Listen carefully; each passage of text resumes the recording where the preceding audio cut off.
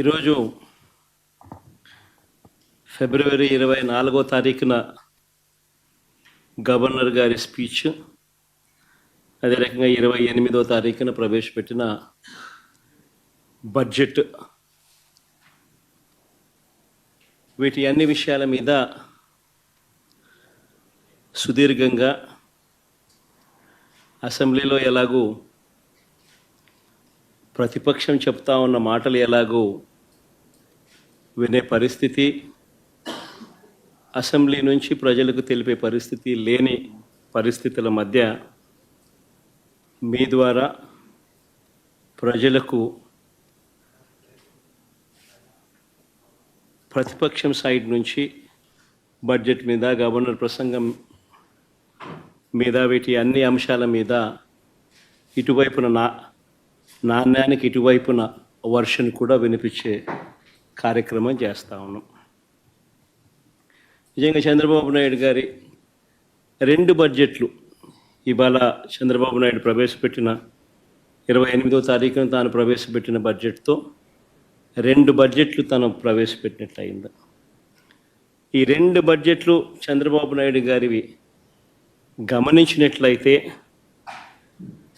బాగా ప్రస్ఫుటంగా కూడా కనిపించేటి ఏమిటి అని అంటే, చంద్రబాబు గారు అన్ని రకాలుగా ప్రజలను మోసం చేసిన తీరు తేటతెల్లంగా కనిపిస్తుంది.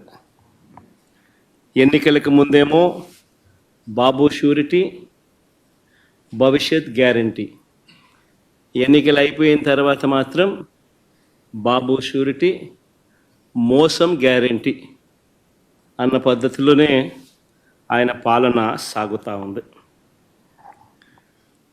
బడ్జెట్ స్పీచ్ అంతా కూడా చూస్తే, బడ్జెట్ కానీ గవర్నర్ ప్రసంగం కానీ ఏది చూసినా కానీ కనిపించేది ఒకటే. గవర్నర్ ప్రసంగంలో వీళ్ళు రిప్లై ఇచ్చేటప్పుడు కానీ, బడ్జెట్ స్పీచ్లో కానీ ఎక్కడ చూసినా కానీ మనకు కనిపించేటివి 2 కనిపిస్తాయి. ఒకటి పరనింద, 2 ఆత్మస్తుతి. ఈ 2 మాత్రం బాగా ప్రస్ఫుటంగా కనిపిస్తాయి. 2వ బడ్జెట్ ప్రవేశపెడతా ఉన్నప్పటికీ కూడా ఈ రోజుకి కూడా వాళ్ళ నోట్లో నుంచి వచ్చే మాటలు జగనట్ట, జగనిట్ట, జగనట్ట, జగనట్ట, ఆ పాలన, ఈ పాలన, ఇవే మాటలే వస్తాయి. కానీ ఎన్నికలప్పుడు వాళ్ళు ఇచ్చిన మాటల విషయం ఏమిటి, ఎన్నికలప్పుడు వాళ్ళు ఇచ్చిన హామీల విషయానికి ఏమిటి, వాటికి సంబంధించి ఏం చెప్తున్నారు, ఆ సూపర్ 6, ఆ సూపర్ 7 విషయాలు ఏమిటి, ఆ మేనిఫెస్టోలో మీరు 143 హామీలను ఇచ్చారు, ఆ 143 హామీల పరిస్థితి ఏమిటి అని చెప్పి అడిగితే మాత్రం వాళ్ళ నోట్లలో నుంచి ఏ ఒక్కరి నోట్ల నుంచి కూడా సమాధానాలు కూడా సరిగ్గా రావు. ఏది చెప్పినా అబద్ధం, ఏది చెప్పినా మోసం. ఎన్నికలప్పుడేమో సూపర్ 6 అన్నారు, సూపర్ 7 అన్నారు, ఏకంగా ఒక మేనిఫెస్టో రిలీజ్ చేశారు. ఆయన దత్తపుత్రుడు ఇద్దరు కలిసి రకరకాల పద్ధతుల్లో పోజులు ఇస్తూ జగన్ చెప్పిన దానికన్నా ఎక్కువ చేస్తున్నాము అని చెబుతూ ఇంటింటికి బాండ్లు కూడా ఇచ్చారు. బాండ్లతో పాటు కరపత్రాలు కూడా ప్రచురించారు. ఇవన్నీ కూడా ప్రతి ఇంటికి కూడా పంచడం జరిగింది. అధికారంలోకి వచ్చిన తర్వాత 2వ బడ్జెట్ ఈరోజు ప్రవేశపెట్టారు. మొదటి ఏడాది అయితే టోటల్గా కేటాయింపులు చూస్తేనే అరకొర, అది కూడా బడ్జెట్ వరకే. ఇచ్చింది ఎంత అని చూస్తే ఒక పెద్ద బోర్డు సున్నా కనిపిస్తుంది. ఇది చంద్రబాబు నాయుడు గారి బడ్జెట్ ప్రజెంటేషన్. ఇక 2వ ఏడాది బడ్జెట్ కూడా ఇంచుమించు అదే పోలికలే కనిపిస్తూ ఉన్నాయి. ఈ సూపర్ 6, ఈ సూపర్ 7 గురించి మాట్లాడదాం. మొట్టమొదటిగా, ఎందుకంటే ప్రధానమైన హామీలు కదా ఇవన్నీ. ఈ ప్రధానమైన హామీలకు పరిస్థితి ఏమిటి అని చెప్పి చూస్తే, మొదటిది యువతకు సంబంధించిన, ఉద్యోగాలకు సంబంధించిన చంద్రబాబు నాయుడు గారు చెప్పిన హామీ. తను చెప్పినాడు, సూపర్ 6 అన్నాడు, సూపర్ 7 అన్నాడు, నిరుద్యోగులందరికీ కూడా 3,000 రూపాయలు నిరుద్యోగ భృతి అన్నాడు. చంద్రబాబు నాయుడు ఇచ్చిన హామీ. 20 లక్షల ఉద్యోగాలు వచ్చేదాకా 3,000 రూపాయల నిరుద్యోగ భృతి అని చెప్పి చెప్పుకొచ్చాడు. ఆశ్చర్యం ఏమిటి అంటే గత ఏడాది బడ్జెట్లో చూస్తే గత ఏడాది బడ్జెట్లో కూడా ఆ నిరుద్యోగ భృతి 20 లక్షల మందికి ఇంటూ 3,000 రూపాయలు అంటే దాదాపుగా 7,200 కోట్లు. దీనికి సంబంధించిన ప్రస్తావన అసలు పెట్టలేదు. నేరేడు సంవత్సరం ఈ సంవత్సరం బడ్జెట్లో ఏమైనా పెట్టాడనంటే అది లేదు. పరిస్థితి గమనిస్తే రాష్ట్ర అసెంబ్లీలో గవర్నర్ గారి చేత ఇచ్చే స్పీచ్లో ఏకంగా గవర్నర్ గారి ప్రసంగానికి సంబంధించిన వర్షన్ తెలుగు కాపీస్ అన్నీ కూడా ప్రతి శాసనసభ్యుడికి కౌన్సిల్ సభ్యులందరికీ కూడా బుక్స్ కూడా పంపిణీ చేశారు. మళ్ళా అర్థం కాదేమో ప్రజలకు అని చెప్పి వాళ్ళు ఇచ్చిన దాంట్లో చూస్తే 4 లక్షల ఉద్యోగాలు ఇప్పటికే ఇచ్చేసాము. ఆల్రెడీ 4 లక్షల ఉద్యోగాలు ఈ 9 నెలల కాలంలోనే 4 లక్షల ఉద్యోగాలు 9-10 నెలల కాలంలోనే 4 లక్షల ఉద్యోగాలు ఆల్రెడీ ఇచ్చేసాము అని చెప్పి ఏకంగా బుక్కుల ద్వారా ప్రింట్ కొట్టి మరీ సర్క్యులేట్ చేశారు. ఒకసారి చూపించండి అమ్మా ఒకసారి. ఇది గవర్నర్ గారి ప్రసంగానికి సంబంధించిన కాపీ బుక్కు. ఇందులో ఆయన అన్న మాటలు, మా ప్రయత్నాలు ఇప్పటికే ఫలితాలను ఇస్తున్నాయనే విషయాన్ని పంచుకోవడానికి నేను గర్విస్తున్నాను. భారీ పెట్టుబడుల కోసం Google, ArcelorMittal, Tata power, Greenko group, BPCL, TCS వంటి అనేక అంతర్జాతీయ దిగ్గజాలను ఆకర్షిస్తున్నాం. ఇప్పటి వరకు ఇన్వెస్టర్లు 6.5 లక్షల కోట్లు పెట్టుబడులు పెట్టారు మరియు 4 లక్షల మందికి ఉపాధి అవకాశాలు కల్పించబడినది. గవర్నర్ గారి చేత గవర్నర్ గారి ప్రసంగం అని చెప్తూ గవర్నర్ గారి పేరుతో ప్రచురితమైన పుస్తకం. ఇంతటితో ఆగిపోలేదు ఇలా అబద్ధాలు, ఇంతటితో ఆగిపోలేదు ఇలా మోసాలు.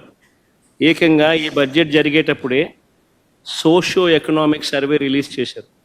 2024-25కి సంబంధించిన 2వ సోషియో ఎకనామిక్ సర్వే. ఇది 2వ బడ్జెట్ కాబట్టి 2వ సోషియో ఎకనామిక్ సర్వే కూడా రిలీజ్ చేశారు. 2024-25కి సంబంధించిన 2వ సోషియో ఎకనామిక్ సర్వేలో వీళ్ళు దాంట్లో ఏకంగా ప్రింట్ కొట్టేశారు. ఏమని కొట్టారు?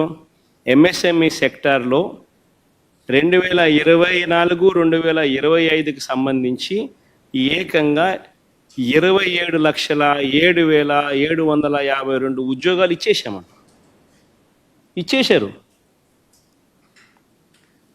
సోషియో ఎకనామిక్ సర్వే 2024-25 అసెంబ్లీకిలో పంచిపెట్టిన కాపీలు ఇవి, రిలీజ్ చేసిన కాపీలు. సెకండ్ సోషియో ఎకనామిక్ సర్వే అంటే 2వ బడ్జెట్తో పాటు వీళ్ళు ప్రవేశపెట్టిన సోషియో ఎకనామిక్ సర్వే, 2వ సోషియో ఎకనామిక్ సర్వే 2024-25కి సంబంధించి 2024-25లో ఏకంగా ఎంఎస్ఎంఈ సెగ్మెంట్లో ఏకంగా 27,07,752 ఉద్యోగాలు ఇచ్చేసామని చెప్పి ఏకంగా ప్రింట్ కొట్టి పెట్టేశారు. అంటే ఇంత దారుణంగా నిరుద్యోగులను మోసం చేసే కార్యక్రమం. 3,000 రూపాయల నిరుద్యోగ భృతి ఒకవైపున ఇవ్వకుండా వాళ్ళందరికీ 3,000 రూపాయలు నెలలా ఇస్తామని చెప్పి, సంవత్సరానికి 36,000 పిల్లలకి ఇస్తామని చెప్పి ఏకంగా వాళ్ళకి ఇవ్వకుండా, బడ్జెట్లో వాటికి సంబంధించిన ప్రతిపాదనలు ఏవి చేయకుండా ఏకంగా ఇన్ని లక్షల ఉద్యోగాలు ఇచ్చేసాము అని చెప్పి 4 లక్షల ఉద్యోగాలను గవర్నర్ గారి ప్రసంగంలో చెప్పిచ్చేస్తారు. సోషియో ఎకనామిక్ సర్వే రిలీజ్ చేసి 27,07,752 ఉద్యోగాలు ఇప్పటికే ఇచ్చేసాము అని చెప్పి చెప్తా ఉన్నారు. ఇంత దారుణంగా చంద్రబాబు నాయుడు అనే వ్యక్తి నిరుద్యోగులకు, మరి పిల్లలకు, ప్రతి ఒక్కరికి నేరుడు సంవత్సరం ప్రతి పిల్లాడికి 36,000 రూపాయలు ఇప్పటికే ఎగనామం పెట్టాడు, మోసం చేశాడు. ఈ సంవత్సరం బడ్జెట్లో కూడా మరో 36,000 పిల్లలకు మోసం చేసి ఎగనామం పెడతా ఉన్నాడు.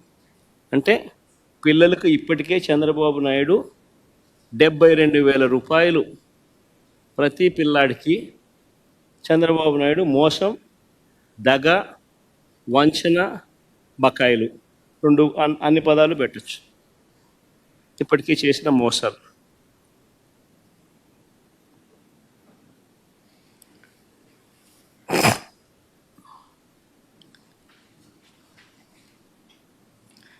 ఈరోజు పరిస్థితి ఏమిటి అని చెప్పి చూస్తే నిరుద్యోగ వృత్తి లేదు, అటు ఉద్యోగము లేదు. ఉన్న ఉద్యోగాలన్నింటినీ వరుసపెట్టి ఊడబెరికే కార్యక్రమం జరుగుతూ ఉన్నాయి. ఇవి కనిపిస్తూ ఉన్న సత్యాలు. అదే ఒకసారి గమనించినట్లయితే వైఎస్ఆర్సీపీ పాలనలు, మా పాలనలు ఎన్ని ఉద్యోగాలు ఇచ్చారు, ఎన్ని ఉద్యోగాలు వచ్చాయి అనేది ఒకసారి గమనించినట్లయితే కేవలం 4 నెలల కాలంలో వైఎస్ఆర్సీపీ ప్రభుత్వం 2019 జూన్లో ప్రమాణ స్వీకారం చేసాం. అక్టోబర్ కల్లా, గాంధీ జయంతి కల్లా ఏకంగా 130,000 ఉద్యోగాలు గ్రామ, వార్డు, సచివాలయాలలో మన పిల్లలు పనిచేస్తూ కనిపించేట్టుగా చేశాం. 4 నెలల కాలంలోనే ఏకంగా మరో 2,66,000 వాలంటీర్ల ఉద్యోగాలు అక్టోబర్ 2 గాంధీ జయంతి నాటికి, అంటే మా ప్రభుత్వం ఏర్పడిన 4 నెలల కాలంలోనే రిక్రూట్ చేశాం. ఎవరు కాదనలేని సత్యాలు ఇవన్నీ. యాప్కాస్ ద్వారా మరో 1,00,000 ఉద్యోగాలు, యాప్కాస్ ద్వారా కరెక్ట్గా చెప్పాలంటే 96,000 ఉద్యోగాలు యాప్కాస్ ద్వారా కల్పించడం జరిగింది. యాప్కాస్లో పే స్లిప్పులతో సహా చెప్పగలుగుతాం ఎవరికి ఉద్యోగాలు ఇస్తున్నామని. నేను చెప్పిన ప్రతి నెంబరు కూడా పే స్లిప్స్తో సహా, ఆధార్ కార్డ్ నెంబర్తో సహా చెప్పగలుగుతాం. గ్రామ సచివాలయాల్లో పనిచేస్తా ఉన్న పిల్లలైతేనేమి, 130,000 పైచిలుకు పిల్లలైతేనేమి, 2,66,000 వాలంటీర్లు అయితేనేమి, యాప్కాస్లో పనిచేస్తూ ఉన్న 96,000 మంది పిల్లలైతేనేమి, ఆర్టీసీ విలీనం ద్వారా 58,000 మంది ఆర్టీసీ ఎంప్లాయీస్కి రెగ్యులరైజ్ చేస్తూ వాళ్ళందరికీ తోడుగా ఉండే కార్యక్రమం అయితేనేమి,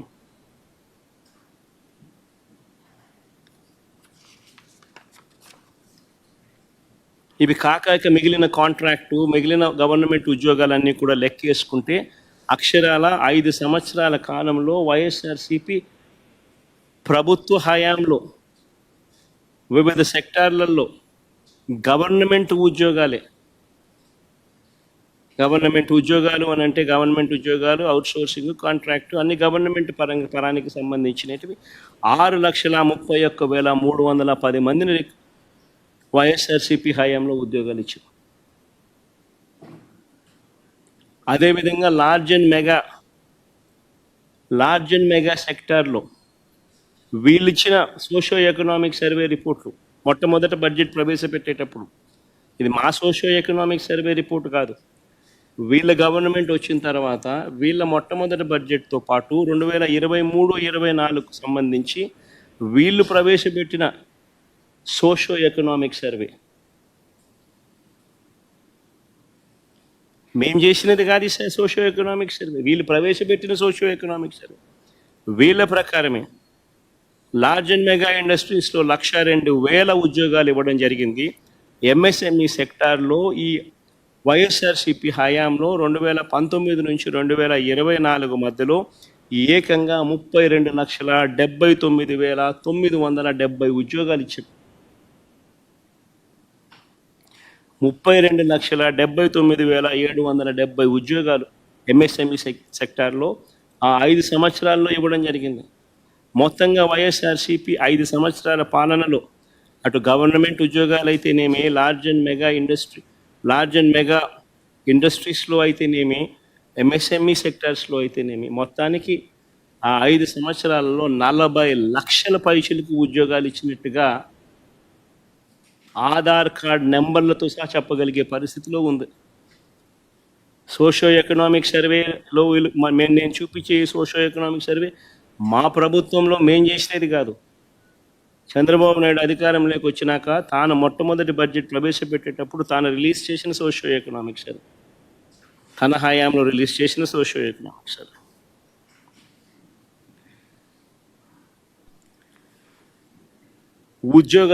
ఉద్యోగాలు కల్పించే విషయంలో ఏ ప్రభుత్వం ఎంత చిత్తశుద్ధిగా పనిచేస్తూ ఉంది, ఏ ప్రభుత్వం ఎంత నిజాయితీగా పిల్లల పట్ల ఉంది అని చెప్పడానికి ఇదొక నిదర్శనం. వీళ్ళు ఒక వైపున ఉద్యోగాలు క్రియేట్ చేయకపోగా మరోవైపున పారిశ్రామికవేత్తలను బెదరగొట్టి పంపిస్తూ ఉన్నారు. కడపలో స్టీల్ ఫ్యాక్టరీ పెట్టడానికి ముందుకు వచ్చిన సజ్జన్ జిందాల్ని బెదరగొట్టి పంపించాడు. అరబిందో సంస్థను వీళ్ళే బెదిరించి పంపించేసే కార్యక్రమం చేస్తూ ఉన్నారు. వీళ్ళ హయాంలో పారిశ్రామికవేత్తలు ముందుకు వచ్చి పరిశ్రమలు పెట్టడానికి భయపడే పరిస్థితులకి రాష్ట్రాన్ని తయారు చేశారు. మరోవైపున చూస్తే ఉద్యోగాలు ఒకవైపున రాకపోగా మరోవైపున నిరుద్యోగులకు ఇవ్వాల్సిన నిరుద్యోగ భృతి 3,000 రూపాయలు ప్రతి నెల ఇస్తానన్నాడు. ప్రతి నిరుద్యోగికి ఈరోజు ఈ 2 బడ్జెట్ల పుణ్యాన ఏకంగా నేరుడు సంవత్సరం 36,000 రూపాయలు, ఈ సంవత్సరం మరో 36,000 రూపాయలు, 72,000 రూపాయలు ప్రతి నిరుద్యోగికి బాకీ పడ్డాడు. ఎగరగొట్టాడు, ఎగనామం పెట్టాడు. ఇంకొక హామీ చూద్దాం. ఎన్నికల వేళ ఈ పెద్ద మనిషి చంద్రబాబు నాయుడు అన్న ఇంకొక హామీ, 18 సంవత్సరాల నుంచి 59 సంవత్సరాల మధ్యలో ఉన్న ప్రతి మహిళకు 18 to 60 లోపు ఉన్న ప్రతి మహిళకు 18 సంవత్సరాల నుంచి 60 ఏళ్ళ దాకా ప్రతి మహిళకు నెలకు 1,500 రూపాయలు, అంటే సంవత్సరానికి 18,000 ఇస్తానన్నాడు. ప్రతి ఇంటికి నీకు 18,000, నీకు 18,000, నీకు 18,000 అని చెప్పాడు. ఇంటికి వెళ్ళి ప్రచారం చేస్తూ ఆడబిడ్డ నిధి అని చెప్పి ఒక పేరు కూడా, బ్రహ్మాండమైన పేరు కూడా పెట్టాడు. నేను అడుగుతా ఉన్నాను, ఇప్పుడు ఓటర్ లిస్టు మన కళ్ళ ఎదుటే ఉంది. మొన్ననే ఓటింగ్ అయిపోయింది. 2,07,00,000 మంది మహిళా ఓటర్లు ఓటు వేశారు అని చెప్పి మన కళ్ళ ఎదుటే కనిపిస్తూ ఉంది. ఆధార్ కార్డు నెంబర్లతో సహా డీటెయిల్స్ అన్నీ మన కళ్ళ ఎదుటే కనిపిస్తూ ఉన్నాయి. ఓటర్ లిస్టులు ఎలాగూ ఉన్నాయి. వీళ్ళంతా 18 సంవత్సరాలు నిండిన వయసు వాళ్ళే, అందుకనే వీళ్ళంతా ఓటర్లు అయ్యారు. మరి 2,07,00,000 మంది ఓటర్లలో 60 ఏళ్ళు పైచిలకు నిండిన వాళ్ళను తీసేస్తే 1,80,00,000 మంది మిగులుతారు దాదాపుగా. మరి ఈ 1,80,00,000 మందికి సంవత్సరానికి 18,000 రూపాయలు చొప్పున కేటాయింపులు చేస్తే 32,400 కోట్ల రూపాయలు కేటాయింపులు చేయాలి. నేరుడు బడ్జెట్లో కేటాయింపులు 0.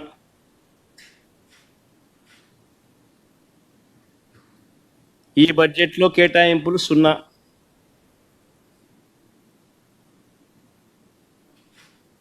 అంటే ప్రతి మహిళకు చంద్రబాబు నాయుడు పుణ్యాన ఈ 2 బడ్జెట్లతో కలిపితే నేరుడు సంవత్సరం 18,000 రూపాయలు యగనామం ప్రతి మహిళకు, ఈ సంవత్సరం మరో 18,000 రూపాయలు ప్రతి మహిళకు యగనామం. ప్రతి మహిళకు చంద్రబాబు నాయుడు 36,000 బాకీ ఉన్నాడు.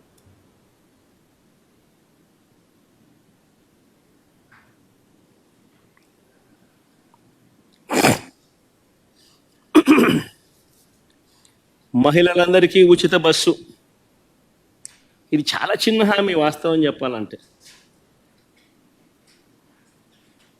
సంవత్సరానికి మహా అయితే నెలకు 275 కోట్లు కావచ్చు, సంవత్సరానికి మహా అయితే 3,500 కోట్లు కావచ్చు. చాలా చిన్న హామీ వాస్తవం చెప్పాలంటే. ఎన్నికల మేనిఫెస్టోలో ఇది హామీ పెట్టాడు. ఫస్ట్ ఇయర్ అయిపోయింది, ఎగరగొట్టేశాడు. మళ్ళీ 2వ సంవత్సరం, మళ్ళీ ఈ సంవత్సరం బడ్జెట్లో చూస్తామా అంటే కనిపించడం లేదు. ఈ సంవత్సరము యగనామే. మా రాయలసీమలో ఉన్న మహిళలందరూ ఎదురు చూస్తున్నారు. విశాఖపట్నం పోయి రావచ్చు కదా, పోయి చూసి రావచ్చు కదా, బాగుంటుంది కదా అని చెప్పి. కర్నూలు, విజయనగరము, శ్రీకాకుళము, ప్రకాశము, అనంతపురం నెల్లూరు వీళ్ళంతా మహిళలు ఎదురు చూస్తున్నారు. విజయవాడ, గుంటూరుకు పొద్దున పోయి సాయంత్రం రావచ్చు కదా, చూసి రావచ్చు కదా, ఏదో అమరావతి కడుతున్నాడు కదా, ఎలా ఉందో చూసి రావచ్చు కదా అని చెప్పి. ఉచిత బస్సు పెడితే ఉచితంగా ప్రయాణం చేసి రావచ్చు కదా, ఎక్కడికి పడితే అక్కడికి పోవచ్చు కదా, విహారయాత్రలకు పోవచ్చు కదా, చూసి రావచ్చు కదా, విశాఖపట్నం దగ్గర నుంచి, విజయవాడ దగ్గర నుంచి, గుంటూరు దగ్గర నుంచి అందరూ చూసి రావచ్చు కదా అని చెప్పి అందరూ ఎదురు చూస్తూ ఉన్నారు. కానీ ఈ పెద్ద మనిషి ఏమో ఇటువంటి చిన్న హామీని కూడా నెరవేర్చడంలో మాత్రం ఈ చంద్రబాబు నాయుడు అనే వ్యక్తి తన నైజాన్ని చూపిస్తూ ఉన్నాడు. నేడు సంవత్సరం 3,500 కోట్లు ఇదే మహిళలకు బకాయిలు ఎగరగొట్టాడు, ఎగనామం పెట్టాడు. మళ్ళీ ఈ సంవత్సరం మరో 3,500 కోట్లు. అంటే మహిళలకు ఫ్రీ బస్సు పుణ్యం, ఫ్రీ బస్సు రూపేణ మరో 7,000 కోట్ల రూపాయలు చంద్రబాబు నాయుడు బాకీ పడ్డాడు, ఎగరగొట్టాడు. ఇంకొక హామీకి పోదాం. నేను ముఖ్యమైన హామీల గురించి మాత్రమే మాట్లాడుతూ ఉన్నా, చిన్న హామీలు పెద్ద పెద్ద గురించి మాత్రమే మాట్లాడుతూ ఉన్నా. చాలా ఉన్నాయి. సూపర్ 6 టు సూపర్ 7లే టచ్ చేస్తున్న ప్రస్తుతానికి. స్కూలుకు వెళ్ళే ప్రతి విద్యార్థికి ఏడాదికి 15,000 ఇస్తామన్నాడు. 2 పిల్లలుంటే 30,000 అన్నాడు, 3 ఉంటే 45,000 అన్నాడు, కాదు 4 ఉంటే 60,000 ఇస్తానన్నాడు. ఎంతమంది పిల్లలుంటే అంతమందికి ఇస్తాను అని ఎన్నికలప్పుడు చెప్పాడు, మేనిఫెస్టోలో పెట్టాడు. తల్లికి వందనం అని చెప్పి ఒక మంచి పేరు కూడా పెట్టాడు. చంద్రబాబు నాయుడు ముఖ్యమంత్రి అయిన తర్వాత మొట్టమొదటి బడ్జెట్ ప్రవేశపెట్టాడు. అందులో 5,386 కోట్లు కేటాయింపులు చేశాడు. నేను అడుగుతా ఉన్నా, మొదటి బడ్జెట్లో తాను కేటాయింపు చేసిన 5,386 కోట్ల రూపాయలు అదుగో మీకు అన్న ఎదుటే చూపిస్తా ఉన్నా. మొదటి బడ్జెట్లో తాను కేటాయింపులు చేస్తూ బడ్జెట్లో తాను ప్రవేశపెట్టిన బడ్జెట్ పత్రాల్లోని డాక్యుమెంట్ 2024-25లో బడ్జెట్లో 5,386 కోట్లు పెట్టారు. రూపాయి కూడా డబ్బిల.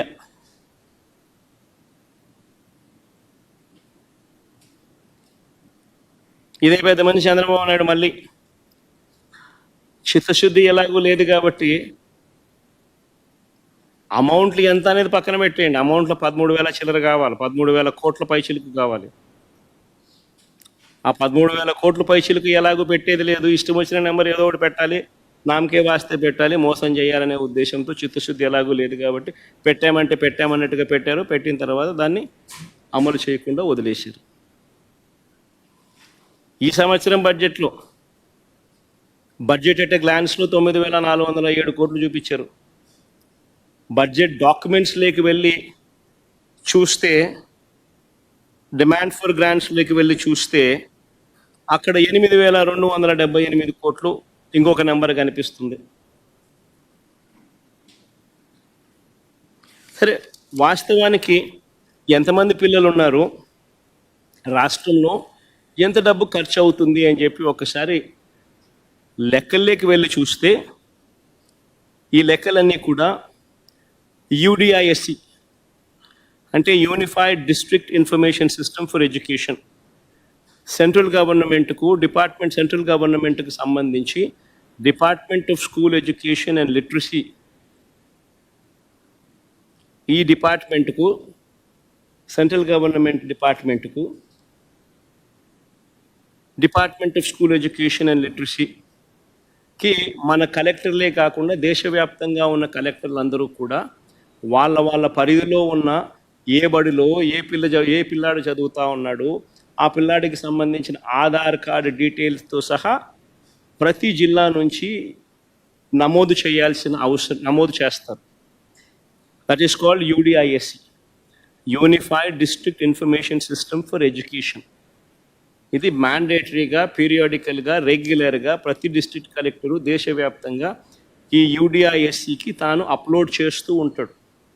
తన జిల్లాలో ఎన్ని స్కూళ్ళు ఉన్నాయి, ఆ స్కూళ్ళల్లో ఎవరు చదువుతూ ఉన్నారు, ఆ పిల్లలు ఎవరు, ఏ గ్రామంలో ఎక్కడున్నారు, ఏమిటి, ఆధార్ కార్డు సార్ డీటెయిల్స్ అన్ని వాళ్ళు పెడతా ఉంటారు. This is regular practice.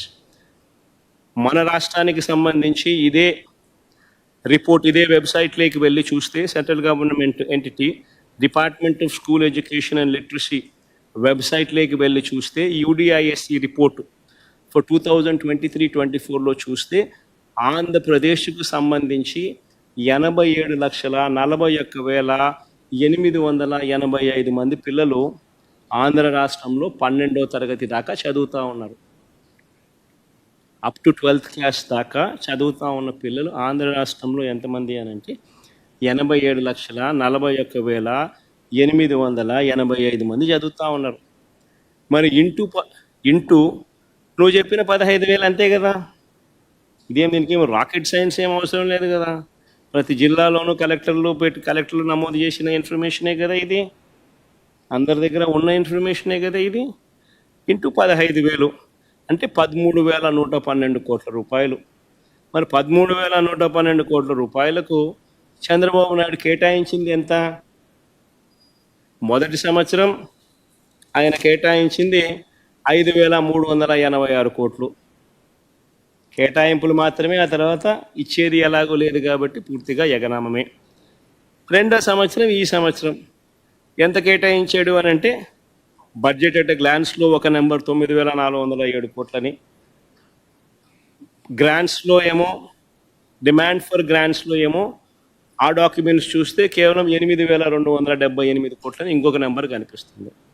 కానీ ఎక్కడైనా కూడా 13,112 కోట్ల రూపాయలు 13,112 కోట్లు అనేది ఎక్కడా కనిపించదు. ఎందుకంటే ఎలాగూ ఇచ్చేది లేదు, ఎలాగూ మోసం చేయడమే, ఏదో ఒక నెంబర్ పెట్టాలి కదా అని చెప్పి నడిపిస్తూ ఉన్నారు. ఈ ఒక్క పథకం ద్వారానే ఇప్పటికే ప్రతి పిల్లాడికి చంద్రబాబు నాయుడు 15,000 బాకీ పడ్డాడు. 15,000 ప్రతి పిల్లాడికి చంద్రబాబు నాయుడు ఇప్పుడు ఎగనామం పెట్టాడు. ఈ సంవత్సరం బడ్జెట్ కూడా లెక్కేసుకుంటే ప్రతి పిల్లాడికి చంద్రబాబు నాయుడు 30,000 రూపాయలు ఎగనామం పెట్టినట్టు అవుతుంది, బాకీ పడినట్టు అవుతుంది. చివరికి చిన్న పిల్లలను కూడా వదిలిపెట్టడం లేదు, ఎగనామం పెట్టడంలోనూ బకాయిలు పెట్టడంలోనూ. అయ్యో చూసేదానికి కూడా బాగుండదయ్యా, మరి చిన్నపిల్లల దగ్గరికి కూడా ఎందుకు అయ్యా ఈ పద్ధతిలోకి పోతావు చంద్రబాబు? అస్సలు బాగా. సరే, ఇంకా రైతులకు సంబంధించి మాట్లాడదాం. చంద్రబాబు నాయుడు అన్నాడు ఎన్నికల వేళ సూపర్ 6 అన్నాడు, సూపర్ 7 అన్నాడు. ఎన్నికల వేళ పిఎం కిసాన్ కాక అన్నదాత సుఖీభవ పేరుతో 20,000 రూపాయలు ఇస్తామన్నాడు. అసలు ఎన్నికలప్పుడు ఆయన అన్న మాటలేంటి? జగను రైతు భరోసా కింద పిఎం కిసాన్ని కలుపుకొని ఇస్తా ఉన్నాడు. నేను అట్ట కాదు, నేను అన్నదాత సుఖీభవ ఇస్తా, నేను 20,000 రూపాయలు ఇస్తానన్నాడు. పిఎం కిసాన్ కాక అన్నదాత సుఖీభవ 20,000 ఇస్తా అన్నట్టుగా ప్రతి మీటింగ్లోనూ నమ్మబలికాడు. మరి పిఎం కిసాన్ కింద పక్కన పెడితే అన్నదాత సుఖీభవకు సంబంధించి 53,58,266 మంది రైతులు ఉన్నారు. రైతు భరోసా అందుకున్న వాళ్ళు గతంలో మా ప్రభుత్వంలో 2023-24 సంవత్సరంలో లెక్కేసుకున్న మరి 53,58,266 మందికి ఇంటూ 20,000 రూపాయలు అంటే 10,717 కోట్ల రూపాయలు ఈ పెద్ద మనిషి బడ్జెట్ అలొకేట్ చేయాలి. మొట్టమొదటి బడ్జెట్లో గత ఏడాది 1,000 కోట్లు అలాట్ చేశాడు అన్నదాత సుఖీభవ అనే ప్రోగ్రాం. పోయేదేముంది, ఎలాగో ఇచ్చేది లేదు సచ్చేది లేదు కదా అని చెప్పి 1,000 కోట్లు అలాట్ చేశాడు, ఎగరగొట్టేశాడు. ఇప్పుడు ఎంత చేశాడు అని అంటే ఇప్పుడు రెండో బడ్జెట్లో 6,300 కోట్లు అలాట్ చేసినాడు. ఇక్కడ కూడా ఎక్కడ 10,717 కోట్లు కనిపించదు.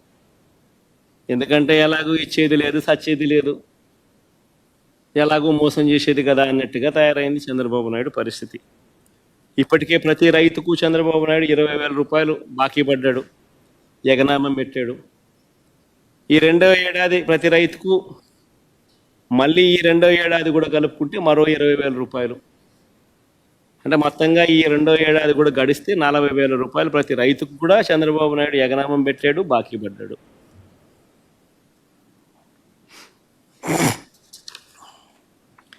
చంద్రబాబు నాయుడు ఇలా రైతులకు మోసం చేయడం అనేది కొత్త కాదు. కోర్స్ ఆయన చరిత్ర చూస్తే ఎవరిని, మహిళలకు కొత్త కాదు, పిల్లలకు కొత్త కాదు, రైతులకు కొత్త కాదు.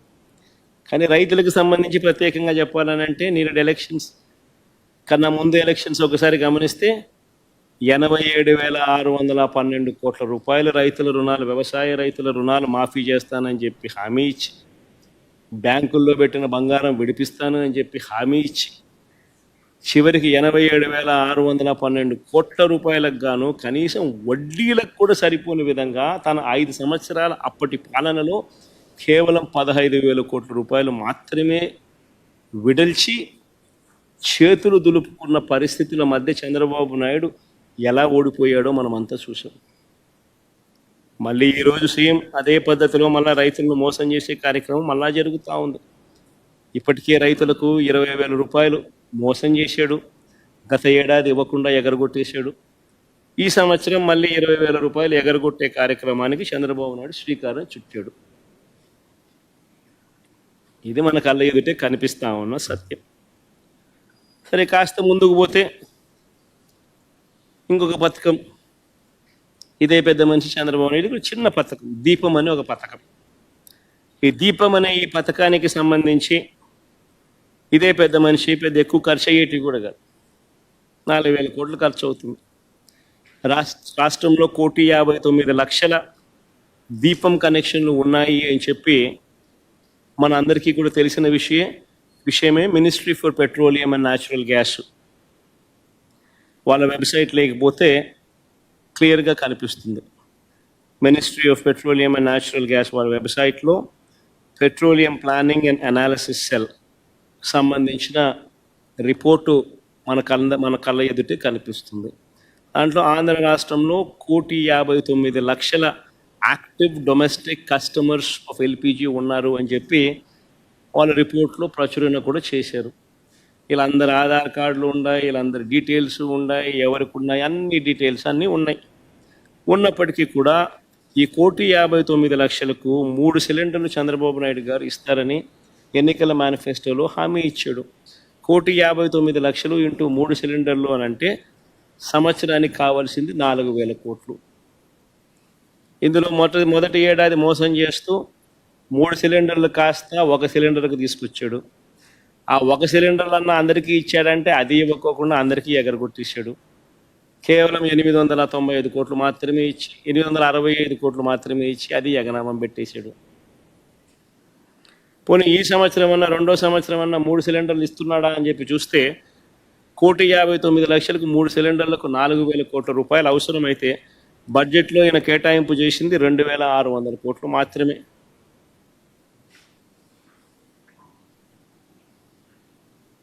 ఎలాగూ ఇచ్చేది లేదు కాబట్టి, ఎలాగూ మోసమే కాబట్టి నెంబర్లు ఏవి ఎంత అవసరమో అన్న దాని మీద ఏది కూడా ఎవరు కూడా లెక్కలు చూడడం లేదు.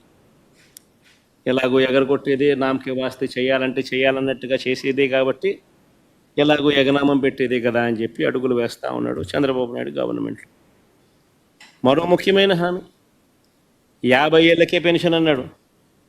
ఆ రోజు ప్రతి ఇంటికి వెళ్ళి ఇంట్లో పెద్దమ్మ కనపడినా, ఇంట్లో అమ్మమ్మలు కనపడితే ఏమన్నాడు, మీకు 50 ఏళ్ళ వయసు ఉంది, మీకు ఇక్కడ నుంచి మీకు నీకు 48,000, నీకు 48,000, నీకు 48,000 అన్నాడు. ఇదే పెద్ద మనిషి అన్నాడా? మరి నిజంగా 50 ఏళ్ళకి పెన్షన్లు ఇవ్వాలి అని అంటే ఎస్సీ, బీసీ, మైనారిటీలకు ఇదే మాదిరిగా పెన్షన్ ఇవ్వాలి అని అంటే మరో 20 లక్షల కుటుంబాలు యాడ్ అవుతాయి ఉన్న పెన్షన్ల సంఖ్యకు.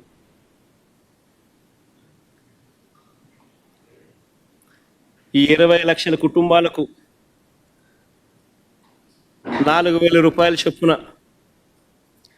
లెక్కేసుకుంటే అక్షరాల 9,600 కోట్ల రూపాయలు కేటాయింపులు చేయాలి. మొదటి ఏడాది 9,600 కోట్లు ఎగరగొట్టేశాడు. పోనీ ఈ ఏడాది ఏమైనా కేటాయింపులు చేశాడా, ఏమైనా ఇస్తాడా అని చెప్పి చూస్తే ఈ ఏడాది కూడా ఎగరగొట్టేశాడు. అంటే ఈ 50 ఏళ్ళు నిండిన ప్రతి మహిళకు ఎన్నికలప్పుడు నీకు 48,000, నీకు 48,000, నీకు 48,000 అని చెప్పిన ఈ చంద్రబాబు నాయుడుకి సంబంధించిన వీళ్ళంతా, ఈ నాయకులంతా ప్రతి మహిళకు ఇప్పటికే నేడు సంవత్సరం 48,000 కోట్లు ఎగనామం పెట్టారు, మోసం చేశారు. ఈ సంవత్సరం మరో 48,000 రూపాయలు మళ్ళీ ఎగనామం పెట్టాడు, మోసం చేశారు. అంటే మహిళలకు మళ్ళీ మరో 96,000 రూపాయలు ఈ 2 ఏళ్లలో ఈ ఒక్క పథకం ద్వారా జరిగిన మోసం.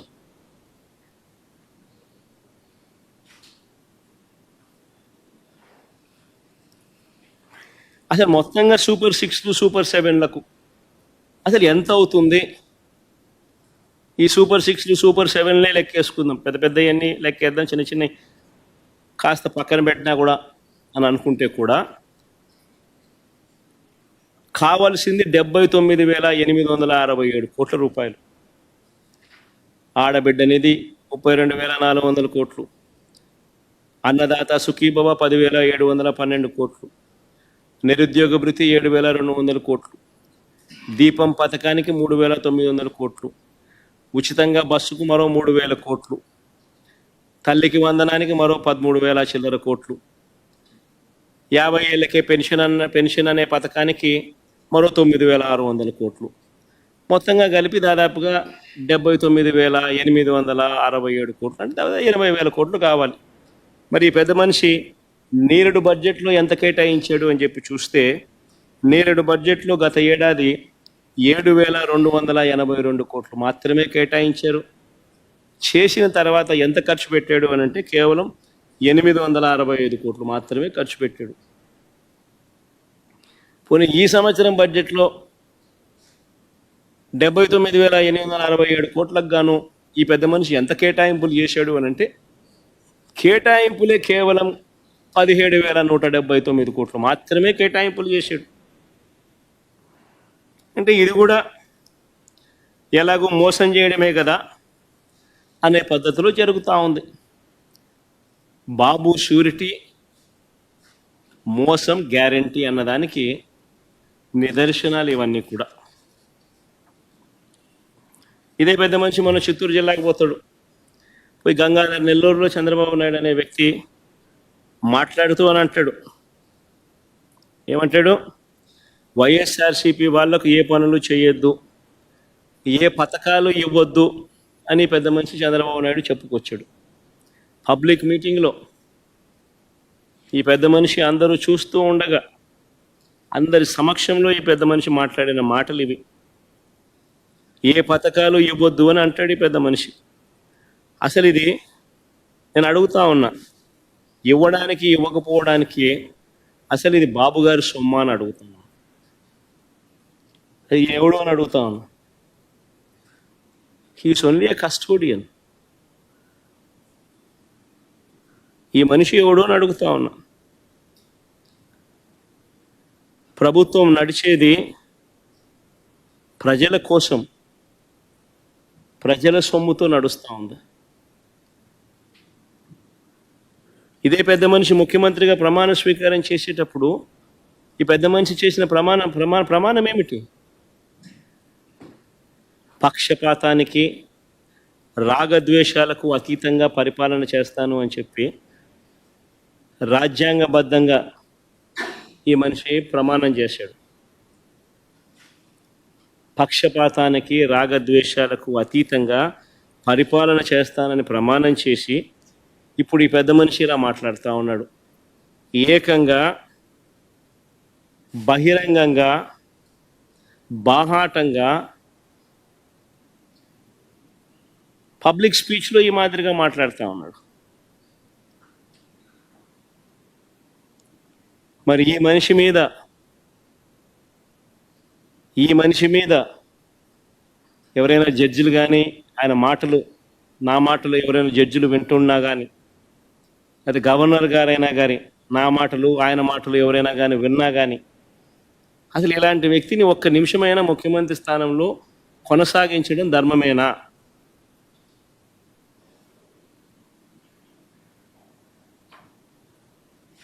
అంటే what kind of message is sending? ఏ రకమైన మాటలు మాట్లాడుతూ ఉన్నాడు ఈ మనిషి? ఇలాంటి వ్యక్తులు ముఖ్యమంత్రులుగా ప్రమాణ స్వీకారం చేసి పరిపాలన చేయడం అన్నది ఏ రాష్ట్రానికైనా శ్రేయస్కరమా?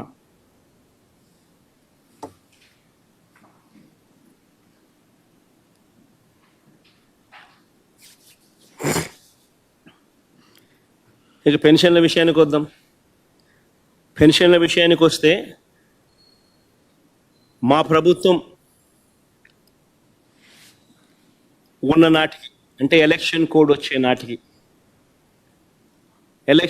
వచ్చే నాటికి మా ప్రభుత్వం ఉన్న నాటికి ఏకంగా 66,34,372 పెన్షన్లు మా హయాంలో మేము ఇస్తా ఉంటే ఈరోజు చంద్రబాబు నాయుడు గారి పాలన వచ్చేసరికి ఏకంగా 62,10,969 పడిపోయి, చంద్రబాబు నాయుడు గారి 10 నెలల కాలంలో, చంద్రబాబు నాయుడు గారి పాలనలో 66,34,372 పెన్షన్ల నుంచి ఎలక్షన్ కోడ్ వచ్చే నాటికి ఉన్న పెన్షన్ల దగ్గర నుంచి ఈరోజు చంద్రబాబు నాయుడు ఈ నెల డిస్ట్రిబ్యూట్ చేసిన పెన్షన్లు ఎంత అని చెప్పి చూస్తే 62,10,969 పెన్షన్లకు పడిపోయి, కొత్తగా ఒక్క పెన్షన్ అనేది యాడ్ కాల. ఉన్న పెన్షన్లన్నీ కూడా తగ్గించుకుంటూ పోతా ఉన్నారు. దాదాపుగా కంటికి కనిపిస్తాం, దాదాపుగా 4 లక్షల పెన్షన్లు తగ్గినట్టుగా.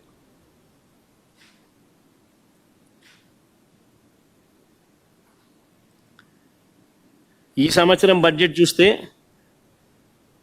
మామూలుగా పెన్షన్లకు 32,000 కోట్లు ఖర్చు చేయాలి. 66,34,372 లెక్కన.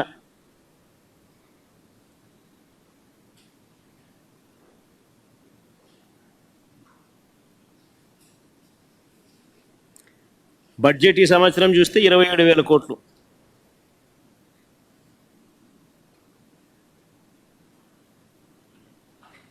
కృష్ణుడా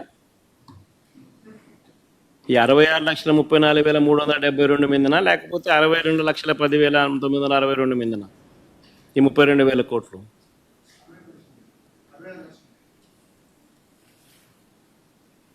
5,000 కోట్లు తగ్గింపు. పెన్షన్లు ఏదైనా పెరగాల్సింది పోయి ప్రతి సంవత్సరం, ఈ సంవత్సరం నుంచి నెక్స్ట్ ఇయర్కు పెరగాల్సింది పోయి బడ్జెట్ అలొకేషన్ తగ్గుదల కనిపిస్తూ ఉంది.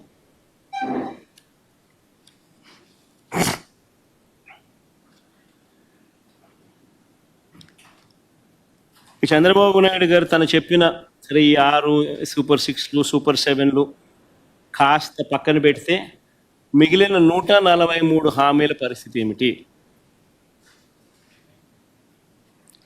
అందులో మచ్చుకు కొన్ని చెప్తా. వాటి పరిస్థితి ఏమిటి అన్నదానికి కూడా కొద్ది గొప్ప ప్రజలకు కూడా కొద్ది గొప్ప తెలిసి ఉండాలి. కాబట్టి బీసీ ఎస్సీ మైనారిటీలకు 50 ఏళ్ళకి పెన్షన్ కట్, వాలంటీర్లకు 10,000 జీతం, అసలు 10,000 కదా దేవుడు ఎరుగు, ఉన్న వాలంటీరే కట్టు, పెళ్లి కానుక 1,00,000 కట్టు, పెట్రోల్ డీజిల్ ధరలు తగ్గింపు అన్నాడు.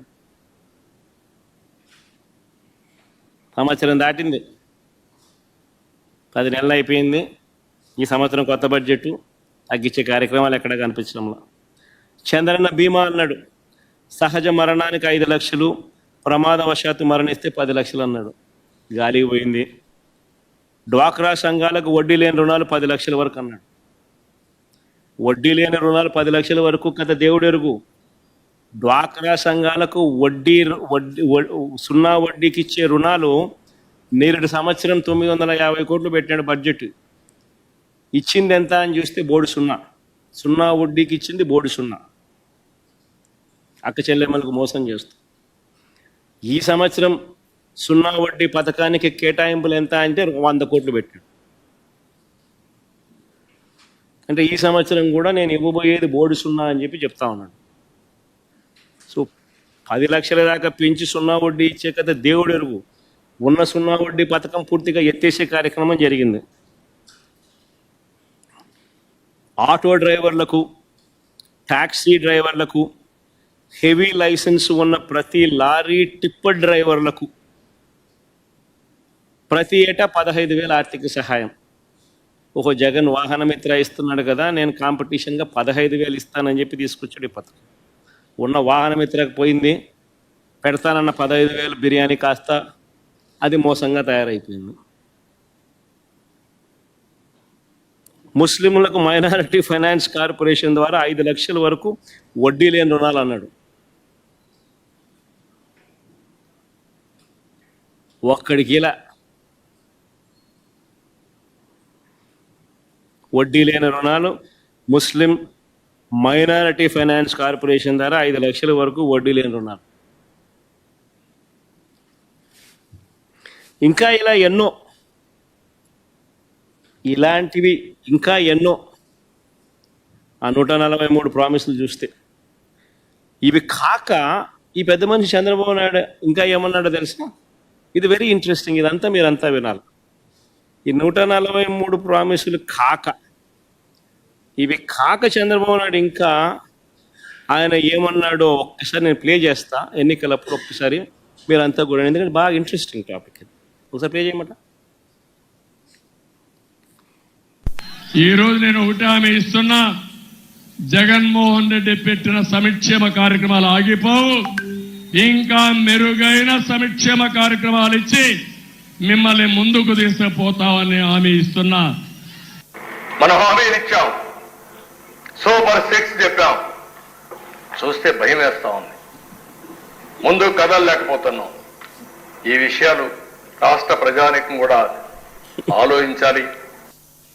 ఈరోజు నేను ఒకటి హామీ ఇస్తున్నా, జగన్మోహన్ రెడ్డి పెట్టిన సంక్షేమ కార్యక్రమాలు ఆగిపోవు. ఇంకా మెరుగైన సంక్షేమ కార్యక్రమాలు ఇచ్చి మిమ్మల్ని ముందుకు తీసుకుపోతామని హామీ ఇస్తున్నా. మనం హామీలు ఇచ్చాం, సూపర్ 6 చెప్పాం, చూస్తే భయం వేస్తా ఉంది. ముందు కదలలేకపోతున్నాం. ఈ విషయాలు రాష్ట్ర ప్రజానీకం కూడా ఆలోచించాలి. చాలమ్మా, చంద్రబాబు నాయుడు అన్న మాటలు ఈ ఎన్నికలప్పుడు సూపర్ 6లు, సూపర్ 7 లేగు, 143 హామీలు ఇవి కాక జగన్మోహన్ రెడ్డి ఇచ్చే ప్రతి హామీని కొనసాగుతుంది. ఇవి కాక ఇంకా మెరుగైన సంక్షేమం కూడా అనలే, సంక్షేమం సంక్షేమం ఆ పథకాలు ఇస్తానని చెప్పాడు. తర్వాత ఏమన్నాడు, ఇదే పెద్ద మనిషి నాడది మళ్ళీ నేడు అసెంబ్లీలో ఆయన అన్న మాటలు ఏమన్నాడు? సూపర్ 6 చెప్పాము, సూపర్ 7 చెప్పాము, చూస్తే భయం వేస్తుంది. ఒకసారి భయం వేస్తుందని అంటాడు, ఒకసారి రహస్యం ఉంటే చెవిలో చెప్పు అంటాడు, ఇంకోసారి ఇంకో మాట మాట్లాడతాడు. లాస్ట్కి ఏమో చూస్తే ప్రజలకు అందరికీ కూడా మోసం చేసిన పరిస్థితులు ప్రస్ఫుటంగా ప్రజలందరికీ కూడా కనిపిస్తూ ఉంది. ఈరోజు ప్రతి ఇంట్లో కూడా జరిగే చర్చ ఏమిటి అని అంటే, జగన్ ఉన్నప్పుడు బాగా చూసుకున్నాడు, కనీసం పలావ్ అన్న పెట్టాడు. ఈరోజు పలావు పోయింది, చంద్రబాబు నాయుడు పెడతానన్న బిర్యానీ కూడా మోసంగా మారింది అని చెప్పి ఈరోజు ప్రతి ఇంట్లోనూ చర్చనీయాంశమే.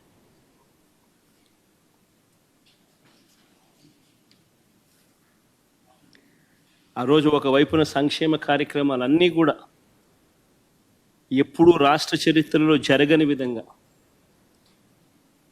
ఎప్పుడూ చూడని విధంగా, దేశంలో కూడా బహుశా ఎప్పుడూ జరగని విధంగా సంక్షేమ క్యాలెండర్ అన్నది బడ్జెట్తో పాటు రిలీజ్ చేస్తూ క్రమం తప్పకుండా ప్రతి ఏడాది లంచాలు లేకుండా, వివక్ష లేకుండా ప్రతి ఇంటికి 2,73,000 కోట్ల రూపాయల డీబీటీ ద్వారా వైఎస్ఆర్సీపీ ప్రభుత్వ హయాంలో ఒకవైపున ఇస్తూనే మరోవైపున ఎప్పుడు చూడని విధంగా రాష్ట్రంలో ప్రగతి చూపించాం. 4 సీపోర్ట్లు యుద్ధ ప్రాతిపదికన కట్టడం మొదలెట్టాం. 17 కొత్త మెడికల్ కాలేజీలు రాష్ట్ర చరిత్రలో ఎప్పుడు జరగని విధంగా అడుగులు వేయడం మొదలెట్టాయి. అందులో 5 అప్పటికే కంప్లీట్ అయిపోయి. సీపోర్ట్లు కూడా కట్టే 4 పోర్ట్లలో ఒకటి ప్రైవేటు, మిగతా 3 రాష్ట్ర ప్రభుత్వం కట్టే పోర్ట్లు. మా ప్రభుత్వంలో ఉండగానే రామాయపట్నం పోర్టు అయితే దాదాపుగా 70% అయిపోయింది అప్పటికి. మిగిలిన మచిలీపట్నం పోర్టు, మిగిలిన మూలపేట పోర్టు, శ్రీకాకుళంలో ఉన్న పోర్టులు దాదాపు 30% దగ్గర కూడా అయిపోయింది. 17 మెడికల్ కాలేజీలలో మా హయాంలో 5 మెడికల్ కాలేజ్ ఇనాగ్రేట్ కూడా చేసినాం. మిగిలినటి వార్ ఫుటింగ్ బేసిస్ మీద పనులు జరుగుతూ ఉన్న పరిస్థితి. 10 ఫిషింగ్ హార్బర్లు, 6 ఫిష్ ల్యాండింగ్ సెంటర్లు, మొట్టమొదటిసారిగా దేశం మొత్తం మన వైపు చూసేట్టుగా ఎప్పుడు చూడని విధంగా టెక్నాలజీని, స్కిల్లింగ్ను పూర్తిగా అనుసంధానం చేసి పూర్తిగా ప్రజలకు చేరువ చేసిన పాలన ఏదైనా ఉంది అని అంటే అది వైఎస్ఆర్సీపీ ప్రయాణంలో జరిగింది. బిడ్డ పుట్టిన దగ్గర నుంచి పండు ముసలావిడయ్యేదాకా కూడా ప్రతి అవసరంలోనూ ఆ బిడ్డకు తోడుగా ఉండి ఆ బిడ్డకు ఏం కావాలనో, ఏ వయసులో ఏం కావాలనో చేయి పట్టుకొని నడిపించిన ప్రభుత్వం వైఎస్ఆర్సీపీ ప్రభుత్వం. ఆ పిల్లలు పుట్టినప్పటి నుంచి పుట్టిన వెంటనే డెలివరీ అయ్యేటప్పుడే ఆరోగ్య ఆసరా కింద 5,000 రూపాయలు చేతుల్లో పెట్టి ఆరోగ్య ఆసరా కింద పంపించే పరిస్థితి నుంచి అక్కడ నుంచి మొదలెడితే పెళ్లి చేసేదానికి వైఎస్ఆర్ కళ్యాణమస్తు షాదీ తోఫాతో మొదలెడితే పుట్టిన బిడ్డకు ఆ తర్వాత 5,000 రూపాయల ఆరోగ్య ఆసరాతో మొదలెడితే ఆ పిల్లలను బడులకు పంపించడానికి ఆ తల్లికి అమ్మఒడితో ఇవ్వడం మొదలు పెడితే ఆ తర్వాత తన కాళ్ళ మీద తాను నిలబడేట్టుగా తోడుగా నిలబడుతూ ఆ చెల్లెమ్మను ఒక వైఎస్ఆర్ ఆసరా, ఒక వైఎస్ఆర్ సున్నా వడ్డీ, ఓ వైఎస్ఆర్ చేయూత, వైఎస్ఆర్ కాపు నేస్తం, ఓ వైఎస్ఆర్ ఈబీసీ నేస్తం ద్వారా తమ కాళ్ళ మీద తాము నిలబడేట్టుగా అడుగులు ముందుకు వేశాం.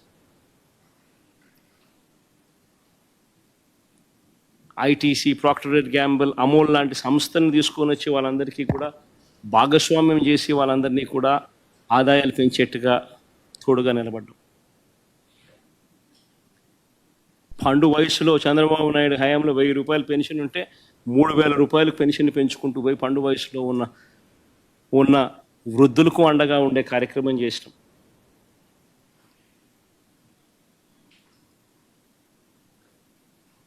పిల్లలు చదివేదానికి పేదరికం అన్నది శాశ్వతంగా బయట పడాలి అని అంటే మంచి చదువులు ఆ పిల్లలకు అందుబాటులో ఉండాలి అని చెప్పి గ్లోబల్ వ్యవస్థలతో పోటీ పడే పరిస్థితిలోకి మన పిల్లలు రావాలి అనే సదుద్దేశంతో ఎప్పుడు చూడని విధంగా సంస్కరణలు తీసుకొచ్చాం. మొట్టమొదటిసారిగా స్కూళ్ళ గురించి పట్టించుకున్న పరిస్థితి ఎప్పుడైనా ఉంది అని అంటే అది వైఎస్ఆర్సీపీ ప్రభుత్వ హయాంలోనే. స్కూళ్ళన్నీ మొత్తం రూపురేఖలు మారాయి. నాడు నేడుతో పనులతో స్కూళ్ళు రూపురేఖలు మారాయి. మొట్టమొదటిసారిగా గవర్నమెంట్ బడులలోకి ఇంగ్లీష్ మీడియం వచ్చింది. మొట్టమొదటిసారిగా సిబిఎస్ఈ నుంచి ఏకంగా ఐబీ దాకా ప్రయాణానికి బాటలు పడ్డాయి.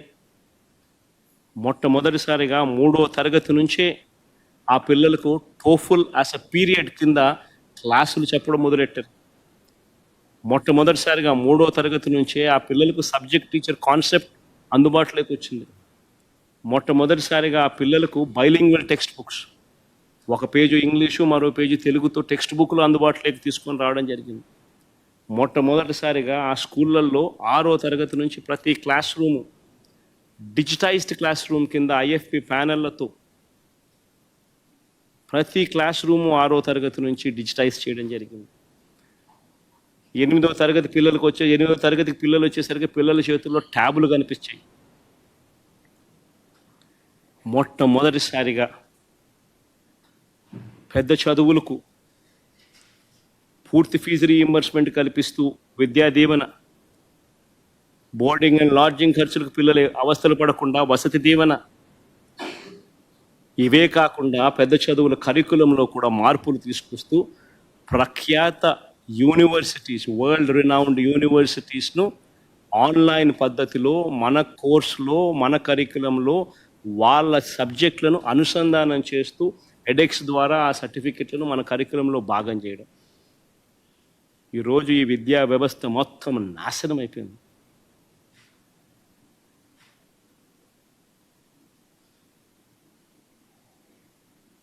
ఏదీ లేదు. పిల్లలను ప్రోత్సహిస్తూ బడులకు పంపేలా తల్లులను ప్రోత్సహిస్తూ అమ్మఒడి కార్యక్రమం నుంచి మొదలెడితే ఇన్ని కార్యక్రమాలు నేను చెప్పా, అన్నీ కూడా ధ్వంసమైపోయాయి. చివరికి విద్యా దీవెన అనే కార్యక్రమం కూడా భ్రష్టు పట్టించిన పరిస్థితిలో నడుపుతా ఉన్నారు. ప్రతి పిల్లాడికి, పెద్ద చదువులు చదువుతా ఉన్న పిల్లాడు ఫీజు రీయింబర్స్మెంట్ కింద, పిల్లలు చదువుతా ఉన్న పిల్లలు ఫీజు రీయింబర్స్మెంట్ కింద, విద్యా దీవెన కింద ఇవ్వాల్సింది ఎంత? సంవత్సరానికి 2,800 కోట్లు ఇవ్వాలి విద్యా దీవెన కింద వాళ్ళ ఫీజుల కొరకు. క్వార్టర్కు 700 కోట్లు, దాదాపుగా 4 క్వార్టర్లు కలిపితే 2,800 కోట్ల రూపాయలు విద్యా దీవెన కింద ఇవ్వాలి. వసతి దీవెన కింద, బోర్డింగ్ అండ్ లాడ్జింగ్ ఖర్చుల కింద మేము ప్రతి ఏప్రిల్లోనూ 1,100 కోట్లు ఇచ్చేవాళ్ళం. అంటే ఈ పథకానికి, విద్యా దీవెన, వసతి దీవెన పథకానికి 3,900 కోట్ల రూపాయలు ఖర్చు చేయాలి సంవత్సరానికి. అలాంటిది చంద్రబాబు నాయుడు గత సంవత్సరం ఎంత ఖర్చు చేసినాడు? 700 కోట్లు కూడా ఇవ్వాల. అంటే పిల్లలకు బాకీ పెట్టిందే గత ఏడాదే 3,200 కోట్లు, 3,900 కోట్లు మైనస్ 700, అంటే 3,200 కోట్లు బాకీ పెట్టాడు పిల్లలకి ఇవ్వాల్సింది. అది కాక మళ్ళీ ఈ సంవత్సరం, గోయింగ్ ఫార్వర్డ్, ఈ సంవత్సరం మరో 3,900 కోట్లు కావాలి విద్యా దీవెనకు, వసతి దీవెనకు. మరి రెండు కలిపితే పిల్లలకు లాస్ట్ ఇయర్కి సంబంధించి 3,200 కోట్లు, ఈ ఇయర్ గోయింగ్ ఫార్వర్డ్కి సంబంధించి 3,900 కోట్లు, మొత్తం 7,100 కోట్లు కావాలి. మరి 7,100 కోట్లకు గాను బడ్జెట్లో ఆయన ప్రవేశపెట్టిన నెంబర్ ఎంత? కేవలం 2,600 కోట్లు. అంటే పిల్లలను వాళ్ళ చదువులకు దూరం చేసే కుట్ర.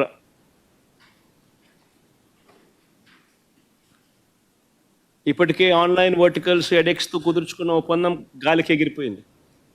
వాళ్ళు కట్టాల్సిన డబ్బులు కట్టక వాళ్ళు వెళ్ళిపోయినారు.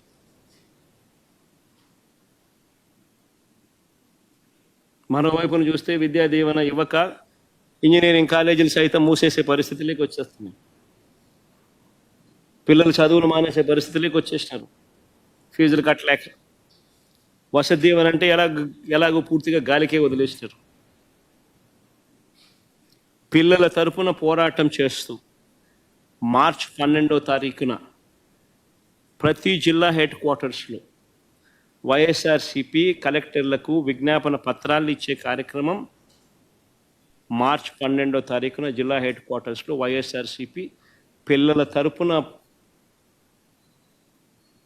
విద్యా దీవెన, వసతి దీవెన కొరకు పిల్లల తరపున, పిల్లల తల్లిదండ్రుల తరపున వాళ్ళందరితో కలిసి ఈ కార్యక్రమం చేస్తుంది జిల్లా హెడ్ క్వార్టర్స్లో 12వ తారీఖున. ప్రభుత్వం మీద ఒత్తిడి తీసుకొచ్చేందుకు, కనీసం ఏం చేస్తున్నామని చెప్పన్నా కనీసం ప్రభుత్వం కదులుతుందని, కనీసం ముందుకు వచ్చి ఆ పిల్లలకు తోడుగా నిలబడుతుందని.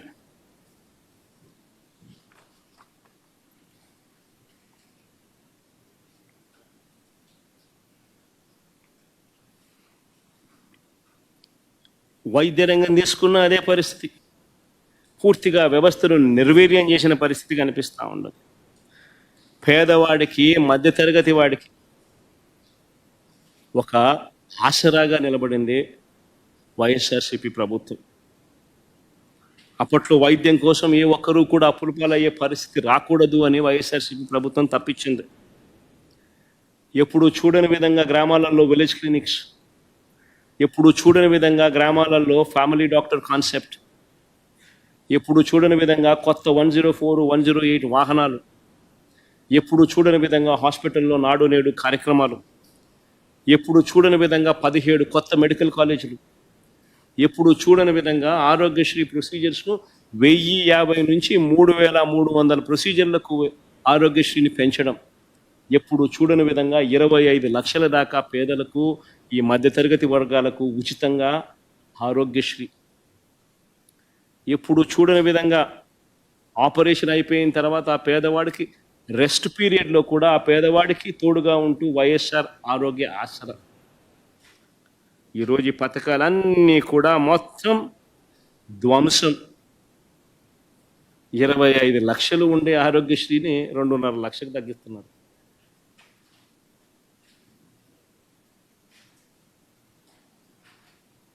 నిజంగా అసలు వీళ్ళు మనుషులేనా అని అడుగుతాను నేను. గవర్నమెంట్ హాస్పిటళ్లలో 0 వేకెన్సీ పాలసీలో మా ప్రభుత్వ హయాంలో నేషనల్ ఫిగర్స్ చూసుకుంటే నేషన్ వైడ్ స్పెషలిస్ట్ డాక్టర్ల కొరత గవర్నమెంట్ హాస్పిటల్లో ఎంతమంది ఉన్నారని చెప్పి నేషన్ వైజ్ నెంబర్ తీసుకుంటే 61% ఉంటే మన రాష్ట్రంలో 4% వైఎస్ఆర్సీపీ హయాంలో 0 వేకెన్సీ పాలసీ పెట్టి ఆ మాదిరిగా రిక్రూట్ చేసి ఆ మాదిరిగా పేదవాడికి తోడుగా ఉన్న పరిస్థితుల నుంచి గవర్నమెంట్ హాస్పిటల్లో WHO GMP ప్రమాణాలు గల మందులు మాత్రమే అందుబాటులో ఉండేట్టుగా చర్యలు తీసుకున్న పరిస్థితి నుంచి ఈరోజు వ్యవస్థలన్నీ కూడా ధ్వంసమైపోయిన పరిస్థితులు కనిపిస్తూ ఉన్నాయి. వ్యవసాయము అంతే నాశనం చేసిన పరిస్థితులు కనిపిస్తూ ఉన్నాయి. విత్తనం నుంచి పంట పండిన తర్వాత రైతు అమ్ముకునే పరిస్థితి వరకు ప్రతి అడుగులోనూ రైతుని చేయి పట్టుకొని నడిపించిన ప్రభుత్వం వైఎస్ఆర్సీపీ. రైతులకు సంబంధించి 0 వడ్డీ పంట రుణాలు ధ్వంసం, రైతులకు సంబంధించి ఉచిత పంటల బీమా ధ్వంసం, సీజన్ ముగిసేలోగానే రైతులకు ఇన్పుట్ సబ్సిడీ ఇచ్చే కార్యక్రమం ధ్వంసం, గ్రామంలోనే రైతును చేయి పట్టుకొని నడిపించే ఆర్బీకే వ్యవస్థ నిర్వీర్యం, ఈ క్రాప్ వ్యవస్థ నిర్వీర్యం, దళారీలు లేకుండా ఆర్బీకేలే పంటలు కొనుగోలు చేసే గొప్ప కార్యక్రమం నిర్వీర్యం, ధ్వంసం. ఆర్బీకేల ద్వారా నాణ్యమైన విత్తనాలు, నాణ్యమైన పురుగుల మందులు, నాణ్యమైన ఎరువులు ఆర్బీకేల ద్వారా రైతులకు గ్రామంలోనే అందుబాటులో ఉండే కార్యక్రమం ఈరోజు ధ్వంసం, నిర్వీర్యం. పాల వెలువ కార్యక్రమం ద్వారా మార్కెట్లో కాంపిటీషన్ క్రియేట్ చేసి సహకార రంగంలో ఎప్పుడూ చూడని విప్లవాత్మక మార్పులు తీసుకొస్తూ అమూల్ లాంటి సంస్థను ఆంధ్ర రాష్ట్రానికి తీసుకొచ్చి సహకార రంగంలో ఒక విప్లవం తీసుకొని వచ్చి ఏకంగా అమూల్ రావడంతో డైరీలో ఒక కాంపిటీషన్ క్రియేట్ అయ్యి పాల రేట్లు 7 సార్లు పెరిగాయి. అమూల్ రాకతో ఏకంగా గేదె పాలు 18 రూపాయల 29 పైసలు పెరిగింది. ఆవు పాలు ఏకంగా 9 రూపాయల 49 పైసలు పెరిగింది. ఆ పరిస్థితి నుంచి ఈరోజు చంద్రబాబు నాయుడు వచ్చిన తర్వాత అమూల్ను ఒక పద్ధతి ప్రకారం లేకుండా చేస్తూ ఉన్నారు. హెరిటేజ్ లాభాల కోసం రైతులను, పాలు పోస్తూ ఉన్న ఆ రైతులను పూర్తిగా వాళ్ళ బతుకులు చిన్నాభిన్నం చేస్తూ ఉన్నాడు చంద్రబాబు. మిర్చి రైతుల విషయంలో కూడా ఎప్పుడు చూడని మోసాలు చూస్తూ ఉన్నాం. మిర్చి రైతుల విషయంలో గారెడీలు, మోసాలే కనిపిస్తూ ఉన్నాయి. ఒక్క రైతు నుంచి కూడా 40 రోజుల నుంచి మీరు అంతా చూస్తున్నారు. 40 రోజుల నుంచి మన కళ్ళ ఎదుటే కనిపిస్తూ ఉంది మిర్చి రైతుల అవస్థలు. మిర్చి రైతులు పంట అమ్ముకోలేని పరిస్థితి, గిట్టుబాటు ధరలు లేక రైతులు అవస్థలు పడతా ఉన్న పరిస్థితి మన కళ్ళ ఎదుటే కనిపిస్తూ ఉంది. 40 రోజుల నుంచి పరిస్థితి జరుగుతూ ఉన్నా కూడా ఇంతవరకు ఒక్క రైతు నుంచి కనీసం 1 కేజీ మిర్చి కూడా చంద్రబాబు నాయుడు ఇంతవరకు కొనుగోలు చేయలే. కొనుగోలు చేయకపోగా ఏమంటాడు అసెంబ్లీలో?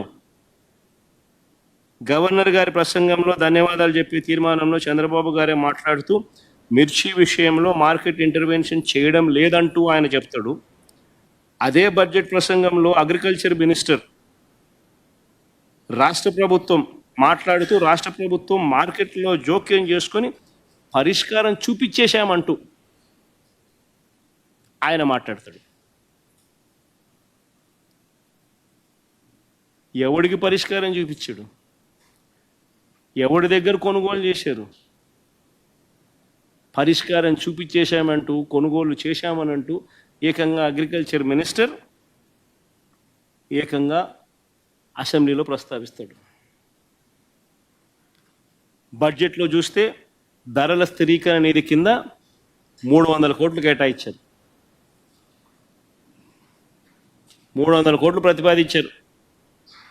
నేను అడుగుతా ఉన్నా, అదే వైఎస్ఆర్సీపీ హయాంలో మా ప్రభుత్వంలో ఏకంగా 3,000 కోట్ల రూపాయలు ధరల స్థిరీకరణ నిధి కేటాయించి ఏకంగా వరి కాక ధాన్యం కాక 7,800 కోట్ల రూపాయలు ఖర్చు చేసి ఇతర పంటలు కొనుగోలు చేసి రైతులకు తోడుగా ఉన్నాం.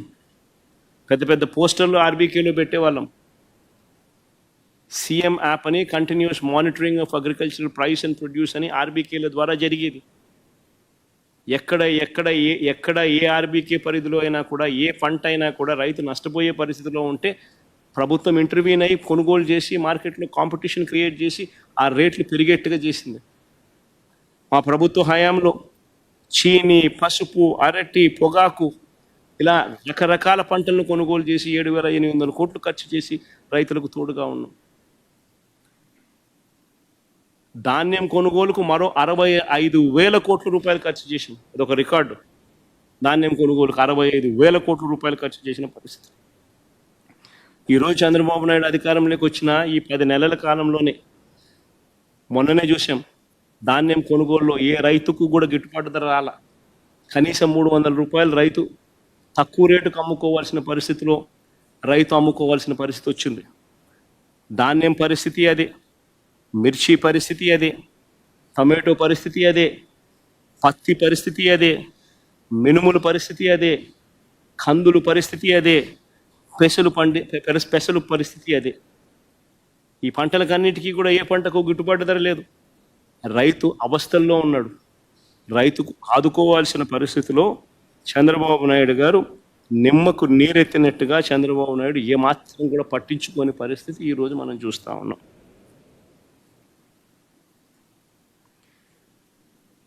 ఈరోజు అప్పట్లో వైఎస్ఆర్సీపీ ప్రభుత్వ హయాంలో కుల వృత్తులను నమ్ముకునే వారికి ఎప్పుడూ జరగని విధంగా తోడుగా నిలబడ్డ పరిస్థితి.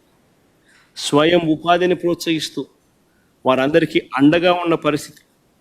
ఇంతకుముందు వైఎస్ఆర్సీపీ ప్రభుత్వంలో జగనన్న చేదోడు, జగనన్న తోడు, వైఎస్ఆర్ లానేస్తం, వైఎస్ఆర్ వాహనమిత్ర, వైఎస్ఆర్ నేతన్న నేస్తం, ఈ పథకాలన్నీ కూడా ఈరోజు పూర్తిగా రద్దయిపోయిన పరిస్థితి. మత్స్యకార భరోసా పథకం కూడా నేరేడు సంవత్సరం ఎగరగొట్టిన పరిస్థితిని మనం అంతా కూడా చూసాం.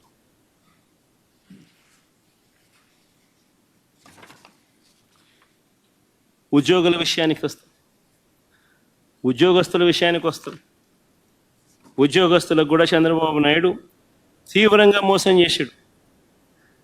ఎన్నికలప్పుడు ఎన్నికల మేనిఫెస్టోలో చంద్రబాబు నాయుడు చెప్పిన మాటలు, అధికారంలోకి రాగానే సిపిఎస్, జిపిఎస్ విధానాన్ని పునఃసమీక్షిస్తామన్నారు. ఇప్పటి వరకు దీనిపై అతిగతి లేదు. మేము ఉద్యోగస్తులకు మంచి చేయడం కోసం గతంలో ఎప్పుడూ జరగని విధంగా జిపిఎస్ తీసుకొచ్చినాం. ఈ పెద్ద మనిషి అప్పట్లో ఉద్యోగస్తులను రెచ్చగొడుతూ సిపిఎస్ విషయంలో మళ్ళీ పునఃసమీక్షిస్తాము అని చెప్పి మాట చెప్పాడు. ఉద్యోగస్తులతో పని చేయించుకున్నాడు, ఓటు వేయించుకున్నాడు, ఆ తర్వాత గాలి కొదిలేశాడు. ఉద్యోగులకు మెరుగైన పిఆర్సీ అన్నాడు. మా ప్రభుత్వం నియమించిన పిఆర్సీ చైర్మన్ను ఈయన అధికారంలోకి రాగానే తొలగించేశాడు. కొత్త పిఆర్సీ ఇంతవరకు వేయలేదు. ఉద్యోగస్తులకు జీతాలు పెంచే కార్యక్రమం ఇంతవరకు జరగలేదు. కూటమి ప్రభుత్వం రాగానే ఐఆర్ ప్రకటిస్తామన్నారు. ఇప్పుడు 10 నెలలు అయిపోయింది. నేరేడు సంవత్సరం ఐఆర్ ప్రకటించలేదు. ఈ సంవత్సరం కూడా ఐఆర్ ప్రకటిస్తున్నట్టుగా, దానివల్ల జీతాలు పెరుగుతున్నట్టుగా బడ్జెట్ డాక్యుమెంట్స్లో ఎక్కడ కనిపించవు. 3 డిఏలు పెండింగ్లో ఉన్నాయి. వాటి ప్రస్తావన కూడా బడ్జెట్లో లేదు. ప్రతి నెల 1వ తారీఖునే జీతాలు ఇస్తామన్నారు. కేవలం ఒకే ఒక నెల ఇచ్చారు. ఈ రోజుకి కూడా జీతాల కోసం ఉద్యోగస్తులు ఎదురు చూపులే. ఇంకా మా హయాంలో అన్నా కనీసం బట్టలు ఉన్నాయి. మా హయాంలో అన్నా కనీసం కోవిడ్ లాంటి మహమ్మారిని కూడా చూసాం. అలాంటి విపత్కర పరిస్థితుల్లో కూడా మేము మెరుగైన జీతాలు ఉద్యోగస్తులకు ఇచ్చాం. మెరుగైన టైం ఫ్రేమ్లో కూడా ఇచ్చాం. ఉద్యోగుల జీపీఎఫ్, జిఎల్ఐ డబ్బులను వీళ్ళ అవసరాల కోసం వీళ్ళు వాడుకుంటూ ఉన్నారు. ఉద్యోగస్తులకు ఇవ్వాల్సిన డిఏలు, జీపీఎఫ్లు, సరెండర్ లీవ్లు, రిటైర్మెంట్ బెనిఫిట్స్, ఈహెచ్ఎస్ బకాయిలు ఇలా వేల కోట్ల రూపాయలు పెండింగ్లో పెట్టారు. కాంట్రాక్ట్ ఉద్యోగస్తులను క్రమబద్ధీకరిస్తూ మా ప్రభుత్వం విప్లవాత్మక నిర్ణయం తీసుకుంది. 3,000 మందిని మా ప్రభుత్వ హయాంలోనే రెగ్యులరైజ్ కూడా చేశాం. మిగిలిన 7,000 మందికి సంబంధించి డిపార్ట్మెంటల్ రివ్యూ ప్రక్రియ కూడా పూర్తయిపోయింది. ఎలక్షన్ కోడ్ వచ్చి మేము ఇంప్లిమెంట్ చేయలేకపోయాం. ఈరోజు అన్ని ఫార్మాలిటీస్ కంప్లీట్ అయిపోయాయి. మొత్తం ఫైనలైజ్ అయిపోయింది. ఒక ప్రక్రియ మొత్తం పూర్తి చేశారు. Rooster, reservation, length of service ఇలా అన్నీ కూడా సుప్రీంకోర్టు గైడ్ లైన్స్కి అనుకూలంగా అన్ని రకాలుగా అన్నీ కూడా కంప్లీట్ అయిపోయాయి. ఆ మిగిలిన 7,000 మందికి ఎందుకు రిక్రూట్మెంట్ ఆర్డర్స్ ఇవ్వడం లేదు? ఎందుకు రెగ్యులరైజ్ చేసే ఆర్డర్స్ ఎందుకు ఇవ్వడం లేదు? వాళ్ళ జీవితాలతో కూడా ఆడుకుంటా ఉన్నారు. ఉద్యోగాల గురించి 2 ఆసక్తికర విషయాలు చెప్తా. ఇది ప్రతి ఒక్కరికి కూడా తెలిసి ఉండాలి. మరీ ముఖ్యంగా ఉద్యోగస్తులకు తెలిసి ఉండాలి. ఎందుకనంటే రాష్ట్ర ప్రభుత్వం ఏమీ ఇవ్వకపోయినా కూడా ప్రతి ఏటా గవర్నమెంట్ ఉద్యోగస్తులకు కనీసం 9 నుంచి 10% జీతాలు వాళ్ళవి పెరుగుతాయి. 2 డిఏలు, ఒక ఇంక్రిమెంట్ రూపేణా. ఇది వాళ్ళ హక్కు. న్యాచురల్గా ఖచ్చితంగా వాళ్ళకు పెరుగుతుంది. కానీ చంద్రబాబు నాయుడు ప్రభుత్వం వచ్చాక మాత్రం జీతాలు పెరగని పరిస్థితి ఎక్కడైనా కనిపించింది అని అంటే ఒక చంద్రబాబు నాయుడు గారి ప్రభుత్వం వచ్చిన తర్వాత మాత్రమే కనిపించింది. పైగా బడ్జెట్లో దీనికోసం కేటాయింపులు ఆశ్చర్యకరంగా తగ్గించినారు. ఇది ఇంకో పెద్ద ఆశ్చర్యం. నిజంగా ఒకసారి ఏ రకంగా తగ్గించినాను ఒకసారి చూస్తే ఇది వాళ్ళ బడ్జెట్ డాక్యుమెంట్స్. బేసిక్ పే ఒకసారి చూడండి. రివైజ్డ్ ఎస్టిమేట్లో 35,439 కోట్లు అయితే పెరగాల్సింది పోయి 35,431 కోట్లు తగ్గింది. అదే 2023-24 నుంచి గమనిస్తే పెరుగుతుంది. మళ్ళా 25-26 ఈ బడ్జెట్లో పెరగాలి. పెరగకపోగా బేసిక్ పే తగ్గింది. అదే రకంగా గ్రాంట్ ఇన్ ఎయిడ్ శాలరీస్, అంటే ఇది యూనివర్సిటీస్కి ఇచ్చే శాలరీస్, యూనివర్సిటీస్లో పనిచేసే వాళ్ళకి ఇచ్చే శాలరీస్, వాళ్ళ శాలరీస్ చూస్తే ఏకంగా 2023-24లో 3,927 కోట్లు అయితే 2025-26 ఈ బడ్జెట్లో వీళ్ళు పెట్టింది 2,944 కోట్లు. అంటే కొత్త వీసీలను నియామకం చేసింది ఉద్యోగస్తులు తొలగించేదానికోసం, అంతే కదా? దాని ప్రకారం ఇవాళ బడ్జెట్ డాక్యుమెంట్స్ నేను చూపిస్తా ఉన్నట్టు. రిటైర్డ్ వాళ్ళ పరిస్థితిని ఒకసారి గమనిద్దాం. రిటైర్డ్ వాళ్ళని ఒకసారి గమనిస్తే పెన్షనర్ల సంఖ్య మామూలుగా ప్రతి ఏటా పెరుగుతుంది. రిటైర్ అయిపోయే వాళ్ళ సంఖ్య పెరుగుతుంది. ప్లస్ పెన్షనర్లకు డిఆర్ అనేది యాడ్ అవుతుంది. వీటి 2 కారణాల వల్ల పెన్షనర్లకు మామూలుగా అమౌంట్ అనేది పెరగాలి. అలాంటిది పెరక్కపోగా ఒకసారి చూస్తే పెన్షనర్లకు సంబంధించి 2023-24లో 12,101 కోటి ఉంటే 2025-26 11,080కి రివైజ్డ్లోనే 9,746 చూపించినారు. తర్వాత pensions of state aided education institutions వాళ్ళది చూస్తే 2023-24లో 701 ఉంటే 2025-26లో 511కి తగ్గించినారు. తర్వాత లోకల్ బాడీస్లో ఉన్న ఎంప్లాయీస్ ఆఫ్ లోకల్ బాడీస్ 2023-24లో 437 కోట్లు అయితే అది 12,50,00,000కి తగ్గించేసినారు. అంటే ఫస్ట్ ఆఫ్ ఆల్ ఇక్కడ జరిగేది ఏం జరుగుతూ ఉంది?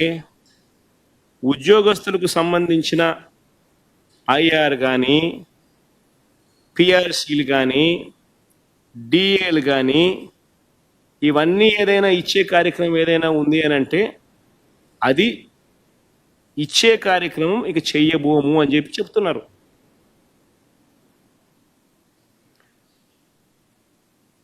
రెండు 2025-26 ఈ లాస్ట్ ఇయర్ ఎలాగూ ఇవ్వలేదు, రాబోయే సంవత్సరంలో కూడా ఇవ్వబోము అని కూడా చెప్తా ఉన్నారు. పిఆర్సీ ఇవ్వబోమని, ఐఆర్ ఇవ్వబోమని, పెండింగ్ బకాయిలు కూడా ఇవ్వబోమని కూడా చెప్తా ఉన్నారు.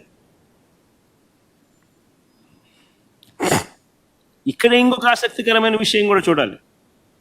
ఆసక్తికరమైన విషయం ఏంటంటే ఈ మధ్యకాలంలో నిన్ననో మొన్ననో అనుకుంటా ఫైనాన్స్ మినిస్టర్ ఉద్యోగస్తులకు సంబంధించిన జీతాల వివరాలు తెలియజేస్తూ తాను చెప్తాడు, స్టేట్స్ ఓన్ రెవెన్యూలో జీతాలకు సంబంధించిన పర్సంటేజ్లు విపరీతంగా పెరిగిపోయాయి, అందుకని మేము ఇవ్వాలంటే ఇబ్బంది పడతా ఉన్నాము, ఏ కార్యక్రమం చేయాలన్నా కూడా ఇబ్బంది పడతా ఉన్నాము అని చెప్పారు.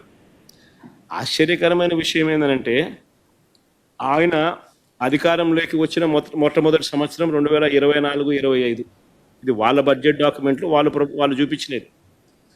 స్టేట్స్ ఓన్ రెవెన్యూస్ వాళ్ళే ప్రొజెక్ట్ చేసినారు 1,01,000 కోట్లని రివైజ్డ్ ఎస్టిమేట్. వాళ్ళంతటి వాళ్ళే శాలరీస్ అండ్ పెన్షన్స్ 89,000 కోట్లు అని చెప్పి వాళ్ళే రాశారు. Salaries and pensions as a percentage of states own resources 87% వాళ్ళే రాసుకొచ్చారు.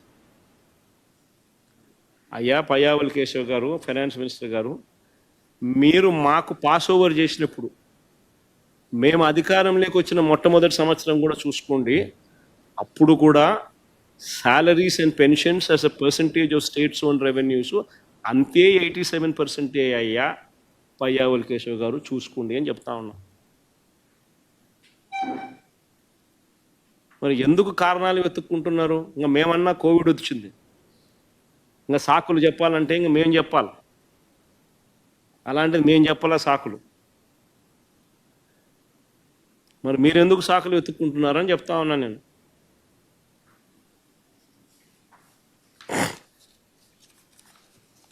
అది అబద్ధాలు చెప్పుకుంటూ ఎందుకు మోసం చేస్తూ ఉన్నారు?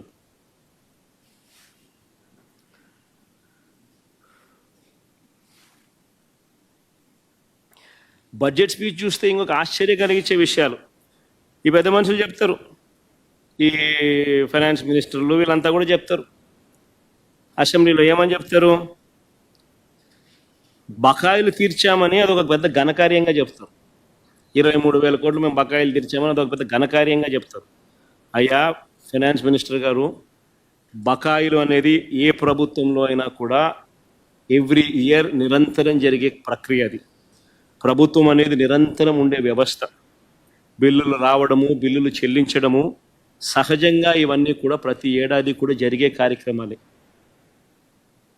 మేము కూడా మా హయాంలో చంద్రబాబు నాయుడు గారు వదిలేసిన బకాయిలు అక్షరాల వివిధ శాఖల్లో చూస్తే 42,183 కోట్లు కనిపించాయి. ఇవన్నీ కూడా నేను క్లియర్ చేసినవి. ఇవి కాక డిస్కామ్స్ వాళ్ళకు పవర్ సప్లై చేసిన జనరేటర్స్కు ఇవ్వాల్సిన బకాయిలు మరో 21,000 కోట్లు. రెండు కలిపితే చంద్రబాబు నాయుడు గారు మాకు వదిలేసిన బకాయిలు 63,724 కోట్లు మా ప్రభుత్వ హయాంలో మేము కట్టినాయి. చంద్రబాబు నాయుడు గారు వదిలేసిన బకాయిలు. మరి ఇవి వాస్తవాలైతే చెయ్యకపోవడానికి, ఎగరగొట్టడానికి ఎన్నెన్ని కుయుక్తులు పండుతా ఉన్నారో చంద్రబాబు నాయుడు గారి ప్రభుత్వము అన్నది తేట తెల్లంగా మన అందరికీ కూడా కనిపిస్తూ ఉన్న సత్యం. అదే మాదిరిగా చంద్రబాబు నాయుడు గారు ఇంకొక ప్రజలకు ఎందుకు సూపర్ 6లు సూపర్ 7లు మోసం చేస్తున్నావయ్యా అంటే ఆ మోసం కవరప్ చేసుకునే దానికోసం చంద్రబాబు నాయుడు అనే వ్యక్తి అబద్ధాలు, మోసాలు ఇవన్నీ కూడా ప్రతి అడుగులోనూ కూడా కనిపించేటివే. ఈ కనిపించే ఈ అడుగుల్లో వేసే తప్పులు, వీళ్ళు చేసే మోసాలు ఇంకా ఏ స్థాయిలో ఉన్నానంటే ఈరోజు కూడా మొన్న ఆశ్చర్యపోయాను. మొన్న చిత్తూరుకు పోయినప్పుడు ఏదన్నట్టు ఈరోజు కూడా అప్పులు 10 లక్షల కోట్లు ఉంటాయి. నాకు ఆశ్చర్యం అయిపోయింది. అసలు ఎన్నిసార్లు చెప్పాలా ఈ మనుషులకు? ఎందుకు ఇలా అబద్ధాలు చెప్తారు? ఎన్నికల ముందంతా 14 లక్షల కోట్లు అప్పులు అని చెప్పి మన 12 లక్షల కోట్లు అంటారు. మన గవర్నర్ ప్రసంగంలో కూడా 10 లక్షల కోట్ల అప్పులు అని చెప్పి మన నేరేడు బడ్జెట్లో చెప్పించింది. చివరికి అప్పులు రాష్ట్రానికి ఎంత ఉన్నాయి అని చెప్పి నేరేడు చూపించినాను, మళ్ళీ ఒకసారి చూపిస్తా ఉన్నా. ఇది 2 డాక్యుమెంట్స్ మేము చూపిస్తా ఉన్నాం. రాష్ట్రానికి సంబంధించిన అప్పులు ఎంత ఉన్నాయి అన్నది CAG reports 2023-24 CAG accounts for 23-24 అందరికీ అవైలబుల్గా ఉన్న డాక్యుమెంట్స్ ఇవన్నీ. 2023-24లో పబ్లిక్ డెట్ 4,86,151 కోటిని కాగ్లు చెప్పింది. తర్వాత నెక్స్ట్ ఐటమ్ ఇది గ్యారంటీడ్ డెట్, అంటే గవర్నమెంట్ గ్యారంటీ ఉన్న డెట్ మరో 1,54,797 కోట్లు. రెండు కలిపితే 6,46,000 కోట్లు అని చెప్పి క్లియర్ కట్గా చెప్పినారు. ఇదే చంద్రబాబు నాయుడు గారి హయాంలో మాకు తాను వెళ్తూ వదిలేసిన డెట్టు ఎంత అని చెప్పి చూస్తే చంద్రబాబు నాయుడు గారి హయాంలో ఇది తాను ప్రవేశపెట్టిన బడ్జెట్ డాక్యుమెంట్. చంద్రబాబు నాయుడు గారే తన మొదటి బడ్జెట్ మొన్న నవంబర్లో ప్రవేశపెట్టక తప్పని పరిస్థితిలో బడ్జెట్ ప్రవేశపెట్టి ఆ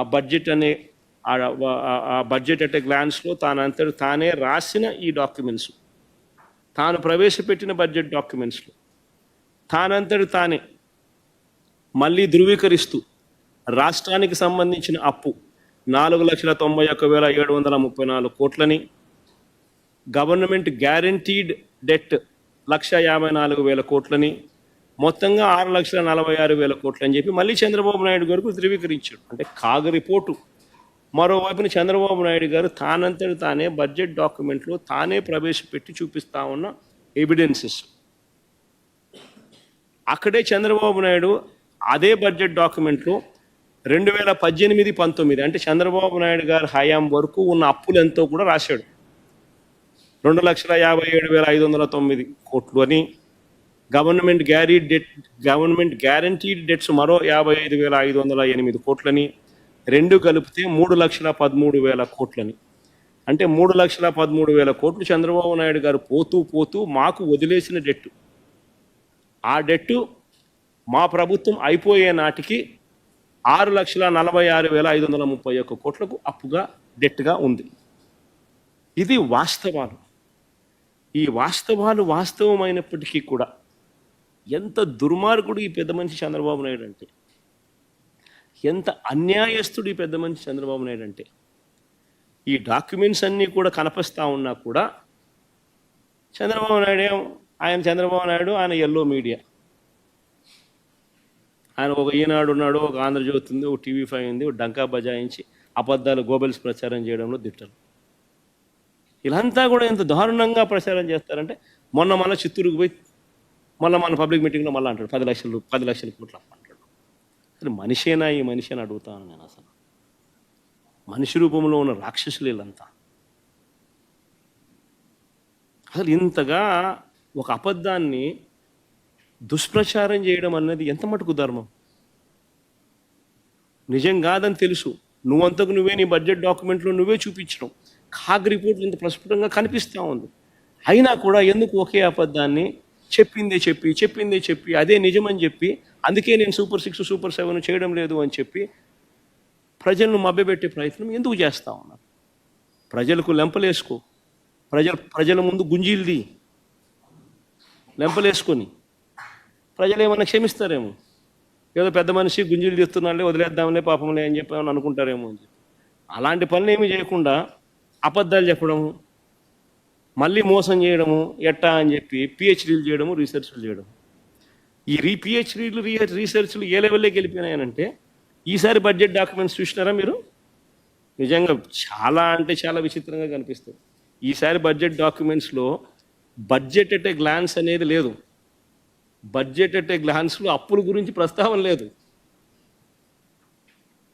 మామూలుగా బడ్జెట్ ఎట్ ఏ గ్లాన్స్లో ఎవరికైనా కూడా సులభంగా అప్పులు రాష్ట్రానికి ఎంత ఉన్నాయి అనేది బడ్జెట్ ఎట్ ఏ గ్లాన్స్ చూస్తే తెలిసిపోవాలి.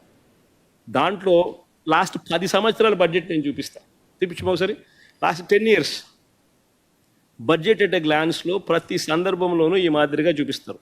పబ్లిక్ డెట్ ఎంత అని చెప్పి 2015-16, 2016-17, 2017-18, ఇంకా బామ్మ 2018-19, 2019-20, 20-21, 21-22, 22-23, 23-24 ప్రతి దాంట్లోనూ కూడా బడ్జెట్ ఎట్ ఏ గ్లాన్స్లో రాష్ట్ర ప్రభుత్వానికి సంబంధించిన అప్పులు ఎంత అని చెప్పి సులభంగా అర్థమయ్యేటట్టుగా ఈ మాదిరిగా ప్రచురణ చేస్తారు. లాస్ట్ ఇయర్ వాళ్ళు కూడా చేసినారు, 2023-24 కూడా కనిపిస్తుంది.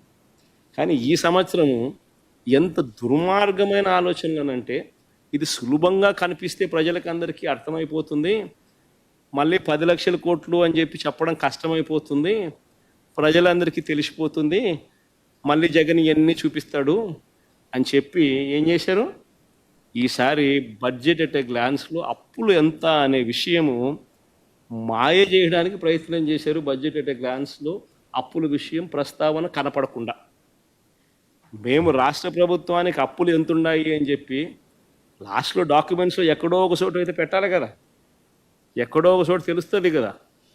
కాబట్టి మేము బడ్జెట్ డాక్యుమెంట్స్ లోతులేకపోవాల్సి వచ్చింది. లోతులేకపోయి volume 5 budget document debt and guarantees, volume 2 budget document revenues and receipts, volume 3/5 finance and planning department, ఇన్ని డిపార్ట్మెంట్లన్నీ కూడా కంపైల్ చేసి క్రోడీకరించి రాష్ట్రానికి సంబంధించిన అప్పులు ఎంత ఉన్నాయి అని చెప్పి మేము ప్రజెంటేషన్ చేయగలుగుతా ఉన్నాం. అంటే సామాన్యునికి రాష్ట్రానికి సంబంధించిన బడ్జెట్ విషయాలు, బడ్జెట్ వివరాలు సులభంగా అర్థమయ్యేట్టుగా నీ బడ్జెట్ ప్రవేశపెట్టాల్సింది పోయి, సులభంగా అర్థం కాకూడదు అనే దుర్బుద్ధితో బడ్జెట్ ప్రవేశపెట్టిన పరిస్థితులు మొట్టమొదటిసారిగా చూస్తూ ఉన్నాం. అసలు నిజంగా ఈ పెద్ద మనిషి చంద్రబాబు నాయుడు అనే వ్యక్తి ఎంత దారుణమైన వ్యక్తి అని చెప్పడానికి ఇదో నిదర్శనం.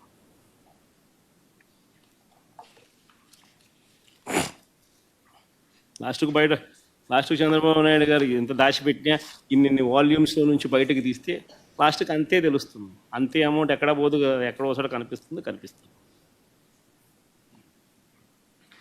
వాస్తవం ఏమిటనంటే, మనకన్నా ఇబ్బడి ముబ్బడిగా చంద్రబాబు నాయుడు గారు లెఫ్ట్ రైట్ సెంటర్ అప్పులు చేస్తాం.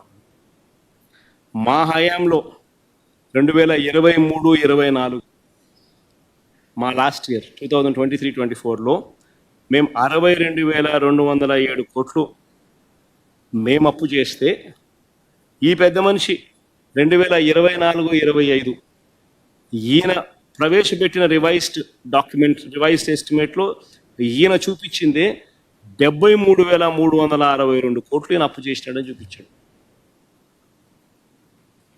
అది వేరే విషయం అనుకో. 93,000 కోట్లు యాక్చువల్గా చేసి దాన్ని అడ్జస్ట్మెంట్ చేసి మళ్ళీ 73,000 కోట్లకు జనవరికే 83,000 కోట్లు, ఫిబ్రవరిలో మార్చ్లో ఇంత దాకా తీసుకుంటే ఇంకో మరో 10,000 కోట్లు, 93,000 కోట్ల దాకా అప్పులు అయినాయి అన్నది పక్కన పెడితే దాన్ని అడ్జస్ట్మెంట్ చేసి 73,362 కోట్ల రూపాయలకు ఫైనల్గా రివైజ్డ్ ఎస్టిమేట్లో వాళ్ళు చూపించిందే డెట్ కింద మనం తీసుకున్నా కూడా మేం చేసిన అప్పు కన్నా చంద్రబాబు నాయుడు అప్పు ఎక్కువగా కనిపిస్తుంది. 10,000 కోట్లు పైచిలుకు, 11,000 కోట్లు పైచిలుకు. మేము 62,207 కోట్లు మేం చేస్తే 73,362 కోట్లు చంద్రబాబు నాయుడు గారు అప్పులు చేసినట్టుగా క్లియర్గా కనిపిస్తూ ఉంది. ఈ అప్పులకు తోడు చంద్రబాబు నాయుడు గారు అమరావతి పేరు మీద వరల్డ్ బ్యాంకు ఏడీబీ లోన్లు మొన్న శాంక్షన్ అయినాయి 15,000 కోట్లు. హుడ్కో లోను అమరావతికి మొన్న శాంక్షన్ అయింది 11,000 కోట్లు. ఇది కాక కేఎఫ్డబ్ల్యూ లోను మరో 5,000 కోట్లు ఇంకా ప్రాసెస్లో ఉంది, ఇంకా శాంక్షన్ కాలా. ఇది కాక మొన్న మార్క్ఫెడ్కు 8,000 కోట్లు తెచ్చినారు. సివిల్ సప్లైస్కు మరో 5,000 కోట్లు కూడా తెచ్చినారు. ఇదంతా కూడా మనకు తెలుసు. సో ఈ రకంగా చూసుకుంటే దాదాపుగా ముబ్బడిగా చంద్రబాబు నాయుడు గారి హయాంలో అప్పులు లెఫ్ట్ రైట్ సెంటర్ జరుగుతూ ఉన్నాయి.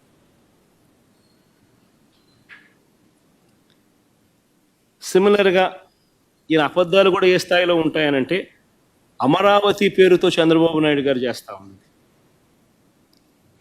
అమరావతి అనేది ఏమంటాడు ఈ రోజుకి అసెంబ్లీలో మాట్లాడతాడు పయ్యావుల కేశవ్.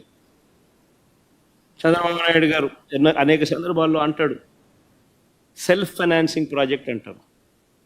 ఆశ్చర్యం ఏంటంటే ఇదే ఫైనాన్స్ మినిస్టర్ బడ్జెట్ డాక్యుమెంట్స్లో ఒక మాదిరిగా పెడతాడు, స్పీచ్లో ఇంకో మాదిరిగా మాట్లాడతాడు. స్పీచ్ ఇచ్చేటప్పుడేమో అమరావతి సెల్ఫ్ ఫైనాన్సింగ్ మోడల్ అని చెప్పి అంటాడు. ఇదే పెద్ద మనిషి పయ్యావుల కేశవ్ ఫైనాన్స్ మినిస్టర్. కానీ ఇదే పెద్ద మనిషి తాను ప్రొవైడ్ చేసిన బడ్జెట్ డాక్యుమెంట్స్లో బడ్జెట్ ఎట్ ఏ గ్లాన్స్ చూసినా లేదా బడ్జెట్ పత్రాలలో డిమాండ్స్ ఫర్ గ్రాంట్స్ చూస్తే major head 4215, sub major heads 01, minor heads 051 కింద చూస్తే కన్స్ట్రక్షన్ కింద 6,000 కోట్ల రూపాయలు చూపించారు.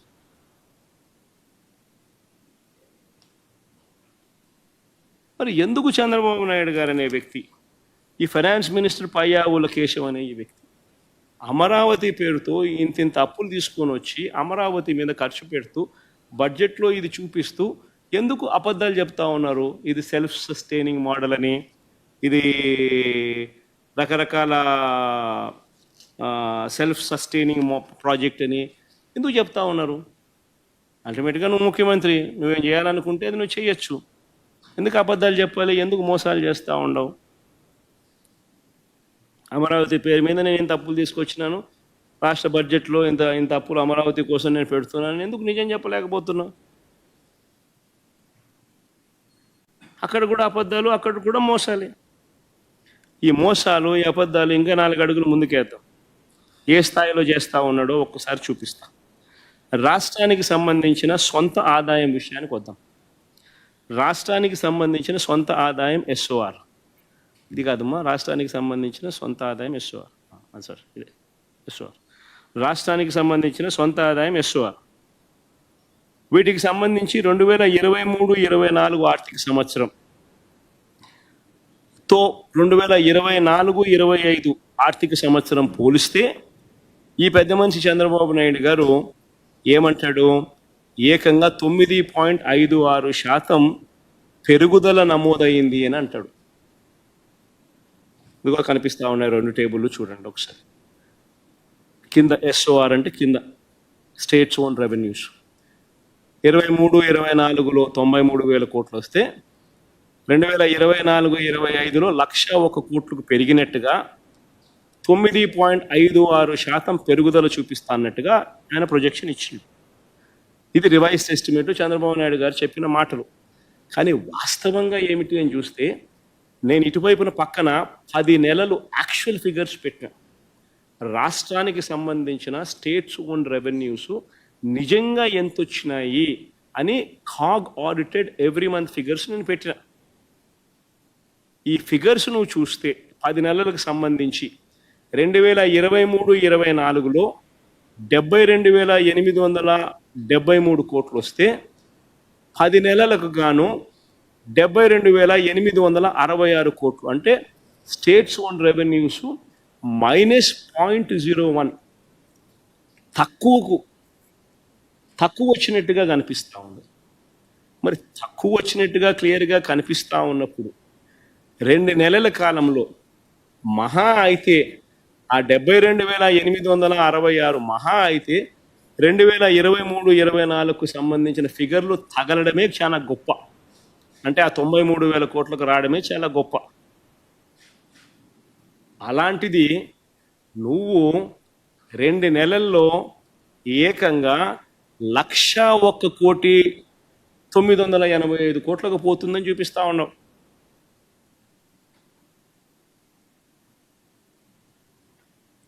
అంతటితో నువ్వు ఆగల. ఈ 101,985 కోట్లే లేని ఫిగర్ను చూపించి 25-26లో దీని మీద 25%, దీని మీద 25.63% పెరుగుదల చూపిస్తూ 128,125 కోట్ల రూపాయలకు పోతుంది అని చెప్తా ఉంటాం. అంటే వాస్తవిక ఫిగర్ నిజంగానే 93,000 కోట్ల ఎనికి బామ్మ, వాస్తవిక ఫిగరు ప్రీవియస్ స్లైడ్కి బామ్మ, వాస్తవిక ఫిగరు 10 నెలల పాటు 2023-24, 2024-25 ఇంచుమించు సమానంగానే ఉన్నాయి. ఇన్ఫ్యాక్ట్ 2024-25 0.01% తక్కువగా ఉంది. కాబట్టి మ్యాక్సిమం వస్తే 2023-24కు సంబంధించిన స్టేట్స్ ఓన్ రెవెన్యూస్తో సమానంగానే వస్తుంది అని అనుకుంటే 93,084 కోట్ల రూపాయలు దాటదు అని అనుకుంటే ఏకంగా 93,000 కోట్ల నుంచి 25-26 నెక్స్ట్ స్లైడ్ లేకమ్మా 25-26 బడ్జెట్లో ఏకంగా 128,125 కోట్ల రూపాయలకు పోతుంది. అంటే దాని అర్థం 37% పెరుగుదల చూపిస్తూ ఉండవు.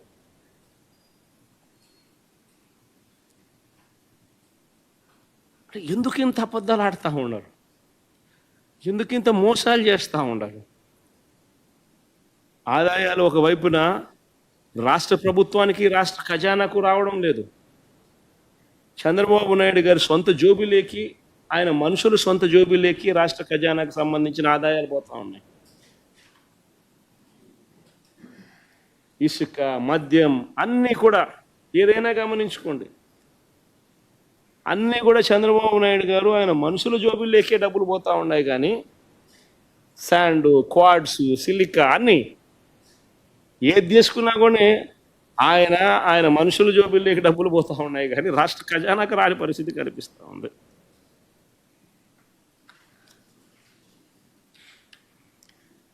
ఇంకా కొన్ని ఆసక్తికరమైన విషయాలు నాన్ ట్యాక్స్ రెవెన్యూస్ కింద మిస్సిలీనియస్ జనరల్ సర్వీసెస్ కింద ఒకటి ఆశ్చర్యకరమైనది ఉంది. 2024-25 రివైజ్డ్ బడ్జెట్ ప్రకారము 226 కోట్లు చూపిస్తా ఉన్నారు. నాన్ ట్యాక్స్ రెవెన్యూస్ కింద మిస్సిలీనియస్ జనరల్ సర్వీసెస్ కింద ఈ ఏడాది, అంటే బడ్జెట్ ప్రవేశపెట్టిన ఈ ఏడాది 2025-26కు సంబంధించి 7,916 కోట్లు చూపిస్తున్నారు. కానీ 2024-25 రివైజ్డ్ ఎస్టిమేట్ల ప్రకారము వీళ్ళే దాన్ని 226 కోట్లుగా చూపిస్తున్నారు 2024-25లో వీళ్ళకు వచ్చేది. అంటే ఏంది మిస్సిలీనియస్ జనరల్ సర్వీసెస్ అంటే ఏంది? ఏ రకంగా ఇది బాదుతున్నారు, ఏ రకంగా బాధపోతా ఉన్నారు? నిజంగా ఆర్థికవేత్తలకు కూడా అర్థం కావడం లేదు. ఏ రకంగా కొత్తదనంతో చంద్రబాబు నాయుడు ఏం చేయబోతున్నాడో తెలియడం లేదు, ఏ రకంగా బాధపోతున్నాడో తెలియదు. మిస్సిలీనియస్ జనరల్ సర్వీసెస్ అంట. ఆ పేరుతో ఏకంగా 7,916 కోట్ల రూపాయలు తాను బాధపోతున్నాడు అని చెప్పి తాను చెప్తా ఉన్నాడు చంద్రబాబు నాయుడు గారు. సరే, ఇంకొకటి చూద్దాం. ఈ ఏడాది ల్యాండ్ రెవెన్యూ కింద రివైజ్డ్ ఎస్టిమేట్స్ చూస్తే ల్యాండ్ రెవెన్యూస్ కింద ఒకసారి గమనిస్తే ల్యాండ్ రెవెన్యూస్ కింద రివైజ్డ్ ఎస్టిమేట్స్ చూస్తే ల్యాండ్ రెవెన్యూస్ కింద రివైజ్డ్ ఎస్టిమేట్స్లో 1,341 కోట్లు చూపిస్తా ఉన్నాడు. రివైజ్డ్ ఎస్టిమేట్స్లో 1,342 కోట్లు చూపిస్తా ఉన్నారు. మరి ఇదే ఈ 10 నెలల కాలానికి సంబంధించి చూస్తే వచ్చింది ఎంత అంటే 196 కోట్ల రూపాయలు. అంటే రైతులను నీటి తీరువాతో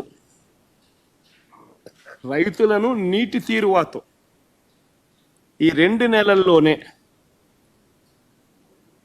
బాధపోతున్నారు అని చెప్తున్నాడు. అంతే కదా, 10 నెలలకు కలిపి 196 కోట్లు వచ్చింది. మామూలుగా అంతకన్నా ఎక్కువ రాదు. 2023-24లో 52 కోట్లే వచ్చింది. ఆయనకు 196 కోట్లు 10 నెలల్లో వచ్చింది. దాన్ని 1,342 కోట్లు ఈ 2 నెలల్లో పెంచబోతున్నాడు అని చెప్పి రివైజ్ ఎస్టిమేట్లో చూపిస్తా ఉన్నాడు పెరుగుతుంది అని. అదే దాని అర్థము రైతులకు సంబంధించి శిస్తు రూపంలోనే లేదా సర్వే సెటిల్మెంట్ కింద భారం వేయబోతున్నారా, నీటి తీరువా కింద భారం వేయబోతున్నారా, లేకపోతే మేము సర్వే ఫ్రీగా చేసాం రైతులందరికీ కూడా, ల్యాండ్ రెవెన్యూ రికార్డ్ సర్వేలన్నీ ఫ్రీగా చేసాం, వీళ్ళు ఏమన్నా సర్వే బాధపోతున్నారా? మరి ఈ 2 నెలల్లోనే ఏ రకంగా దాదాపుగా 1,100 కోట్ల రూపాయలు ఏ రకంగా వసూలు చేయబోతున్నారు, అది కూడా ఒకటి ఆశ్చర్యం కలిగించే విషయం. ఇంకొకటి కూడా చెప్తా, మూలధన వ్యయం అంటే క్యాపిటల్ ఎక్స్పెండిచర్, మూలధన వ్యయం. క్యాపిటల్ ఎక్స్పెండిచర్ చూస్తే 2024-25లో ఒకసారి క్యాపిటల్ ఎక్స్పెండిచర్ అనేది ఒకసారి గమనిస్తే ఆశ్చర్యకరమైన విషయాలు కనిపిస్తాయి. ఒకసారి మీరు గమనించండి, 2023-24లో అంటే మా హయాంలో, వైఎస్ఆర్సీపీ హయాంలో ఫైనల్ ఇయర్లో క్యాపిటల్ ఎక్స్పెండిచర్ 23,330 కోట్ల రూపాయల కింద కనిపిస్తుంది. ఒకసారి ఈ 10 months పీరియడ్ కంపేర్ చేస్తే actual figures, CAG audited actual figures compare చేస్తే గమనిస్తే మీకు ఏమనిపిస్తుంది? 10 నెలల కాలంలో లాస్ట్ ఇయర్ 10 నెలలు 2023-24, ఈ సంవత్సరానికి సంబంధించిన 10 నెలల కాలం 2024-25కు సంబంధించిన 10 నెలల కాలంలో చూస్తే క్యాపిటల్ ఎక్స్పెండిచర్ అంటే మూలధన వ్యయం మేము 20,942 కోట్ల రూపాయలు మేము ఖర్చు చేస్తే చంద్రబాబు నాయుడు గారి హయాంలో ఈ 10 నెలల కాలంలో 10,854 కోట్లు మాత్రమే ఖర్చు చేశాడు. అంటే మాకు చంద్రబాబు నాయుడు గారికి మధ్య తేడా -48%. అంటే మా చివరి ఇయర్లో ఈ 10 నెలల పీరియడ్కి సంబంధించి మేము 20,942 కోట్లు మేము ఖర్చు చేస్తే అదే 10 నెలల పీరియడ్లో ఈయన 10 నెలల కాలంలో 10,854 కోట్ల రూపాయలు ఖర్చు చేశాడు అని అంటే -48%, -48%. ఇక్కడ ఆశ్చర్యంగా ఉంది. ఇప్పుడు చూడండి, ఇదే ఎస్టిమేట్ ఫిగర్ నెక్స్ట్ 2 నెలల్లో రివైజ్డ్ ఎస్టిమేట్ ఒకసారి చూడండి. నెక్స్ట్ 2 నెలల్లో ఏకంగా 10,854 కోట్లు కాస్త 24,072 కోట్లు చూపిస్తా ఉన్నాడు. అంటే 2 నెలల్లో మరో 14,000 కోట్లు తాను ఖర్చు చేయబోతున్నాడని చెప్తున్నాడు. అదే మా ఫిగర్లు చూడండి, 10 నెలల కాలంలో మేము 20,000 కోట్లు 20,942 కోట్లు ఉంటే మేము ఆ ఇయర్ ఎండ్ అయ్యేసరికి 23,330 కోట్లకు మేము యాక్చువల్ ఖర్చు చేసినాం. అంటే ఎవడైనా నమ్ముతాడు, రీజనబుల్గానే ఉంది. 21,000 కోట్లు 10 నెలల్లో చేసినారు, 23,330 కోట్లు సంవత్సరం అయిపోయే లోపల చేయడం అంటే రీజనబుల్గా జరుగుతుంది. కానీ ఏకంగా 10,854 కోట్లు ఏందండి, 24,072 కోట్లు అంటే మాకన్నా 3.18% ఎక్కువగా తాను ఖర్చు చేసినాను అని చెప్పి చూపించడానికి ఏకంగా రివైజ్డ్ ఎస్టిమేట్లో 15,000 కోట్ల రూపాయలు తాను ఖర్చు చేయబోతున్నాడని చూపించాడు. ఇంకా ఆశ్చర్యం ఏంటంటే సార్, 2025-26కు వచ్చేసరికి క్యాపిటల్ ఎక్స్పెండిచరు ఆ 24,000 కాస్త 40,000 కోట్లు ఖర్చు చేస్తామని చూపిస్తున్నారు. అయ్యో చంద్రబాబు, ఏమి స్వామి ఈ లెక్కలు స్వామి, ఏమి స్వామి?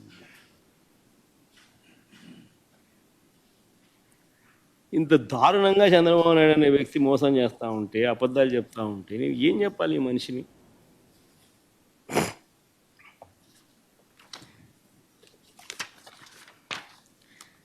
ఇవన్నీ కూడా మొత్తం లెక్కలన్నీ చూసిన తర్వాత చంద్రబాబు నాయుడు గారు వచ్చాక రెవెన్యూ తగ్గిందని ప్రస్ఫుటంగా కనిపిస్తూ ఉంది. రాష్ట్రం సొంత ఆదాయాలు అంటే ఎస్ఓఆర్లు పెరగలేదు, హుటాహుటిన పెరక్కపోగా హుటాహుటిన మేం చివరి సంవత్సరంలో వచ్చిన దానికి మ్యాచ్ చేస్తే చాలా గగనంగా కనిపిస్తూ ఉంది. అలాగే మూలధన వ్యయం అంటే క్యాపిటల్ ఎక్స్పెండిచర్ గణనీయంగా మేము 23,330 కోట్లు ఖర్చు చేస్తే ఈయన గణనీయంగా దాంట్లో తగ్గుదల కనిపిస్తూ ఉంది. ఇలాంటి పరిస్థితుల నేపథ్యంలో ఈ పెద్ద మనిషి చంద్రబాబు నాయుడు ఏమంటాడు తెలుసా? జిఎస్డిపి 12.94% పెరుగుతుంది అని. ఎలా పెరుగుతుంది స్వామి? రెవెన్యూస్ ఒకవైపున తగ్గుముఖం ఉన్నప్పుడు జిఎస్డిపి ఏ రకంగా పెరుగుతుంది?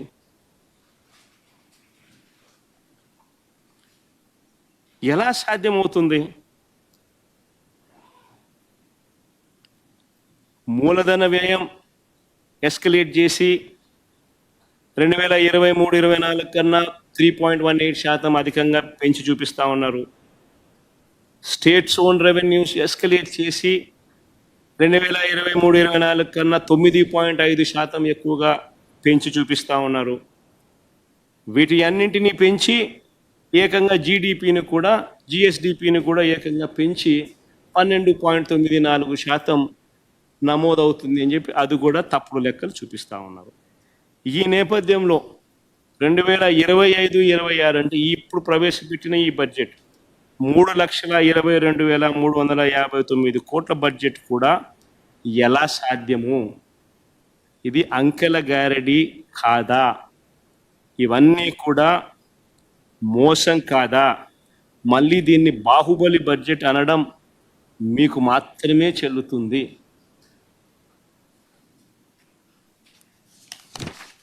ఇంచేపట్టిందబ్బా? మరి ఈ మేరకు టైం కేటాయించకపోతే, ప్రతిపక్షం అనేది ఈ మేరకు చెప్పలేకపోతే ఈ విషయాలన్నీ ప్రజలకి ఎలా తెలుస్తాయి? మామూలుగా అయితే ప్రతిపక్ష నాయకుడు అనే వ్యక్తికి ఎవరికైనా కూడా ఉండేది అసెంబ్లీలో మామూలుగా 2 పార్టీలు ఉంటాయి. ఒకటి అధికార పార్టీ, మరొకటి ప్రతిపక్ష పార్టీ. ప్రతిపక్ష పార్టీని అధికారంలో ఉన్న వాళ్ళు గుర్తించకపోతే, ప్రతిపక్ష పార్టీ ఇవన్నీ చెప్పేటివన్నీ కూడా వాళ్ళు చెప్పలేకపోతే కరెక్షన్స్ ఎక్కడి నుంచి వస్తాయి? అసెంబ్లీ ఎందుకు నడుపుతా ఉన్నాం? ఏం సాధించడం కోసం నడుపుతా ఉన్నాం? ఎవరు కూడా నీకు వ్యతిరేకంగా మాట్లాడకూడదు, ఎవరు కూడా నీకు వ్యతిరేకంగా చెప్పకూడదు. వాళ్ళకు మైక్ ఇవ్వము, మేము 5 నిమిషాలు మాత్రమే మైక్ ఇస్తాం. 175 మందిలో నీకు ఇచ్చినట్టుగా వాళ్ళకి ఇచ్చినట్టుగా నీకు ఒకరికి మైక్ ఇస్తాము. 5 నిమిషాలు నీ టైం కట్ చేస్తాము, నీ మైక్ కట్ చేస్తాము అని అంటే ప్రజలకు ఇవన్నీ కూడా తెలియకూడదు అనే ఉద్దేశంతో అసెంబ్లీ నడుస్తూ ఉంది.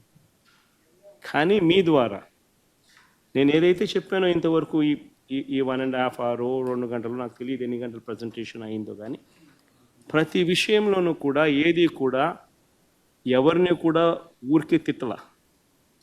ప్రతి విషయము ఫ్యాక్ట్స్ అండ్ ఫిగర్స్తో ప్రజెంటేషన్ చేస్తాం. ప్రతి విషయంలోనూ కూడా ఇవి వాస్తవాలు అని చెప్పి నెంబర్స్తో సహా చూపించాం. వీటికి సంబంధించి ఏదైనా సమాధానాలు చెప్పగలిగితే సమాధానాలు వాళ్ళు చెప్పాలి.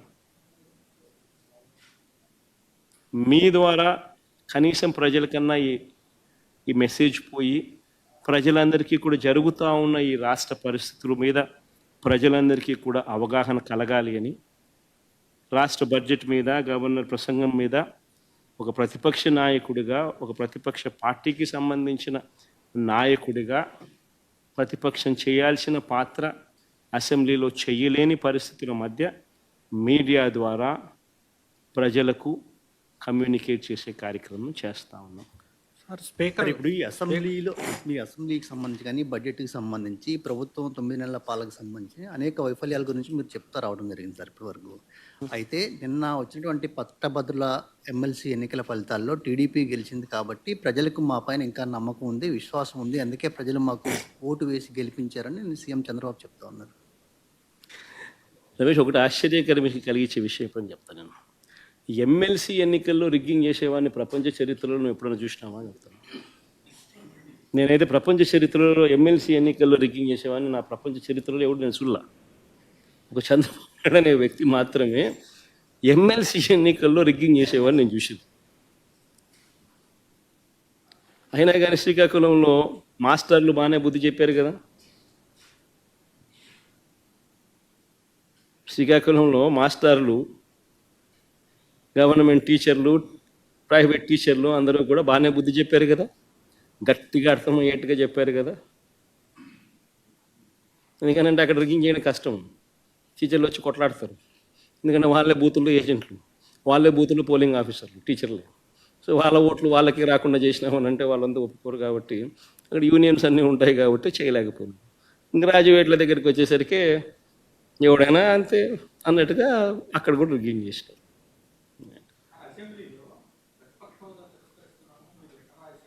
ఎన్న సార్ ఎల్ఓ అసెంబ్లీలో స్పీకర్ గారు ఈరోజు హౌస్లో కామెంట్ చేశారు, మీరు దేవుడు గారు లేదు పూజారిని వచ్చి అడుగుతున్నారని చెప్పి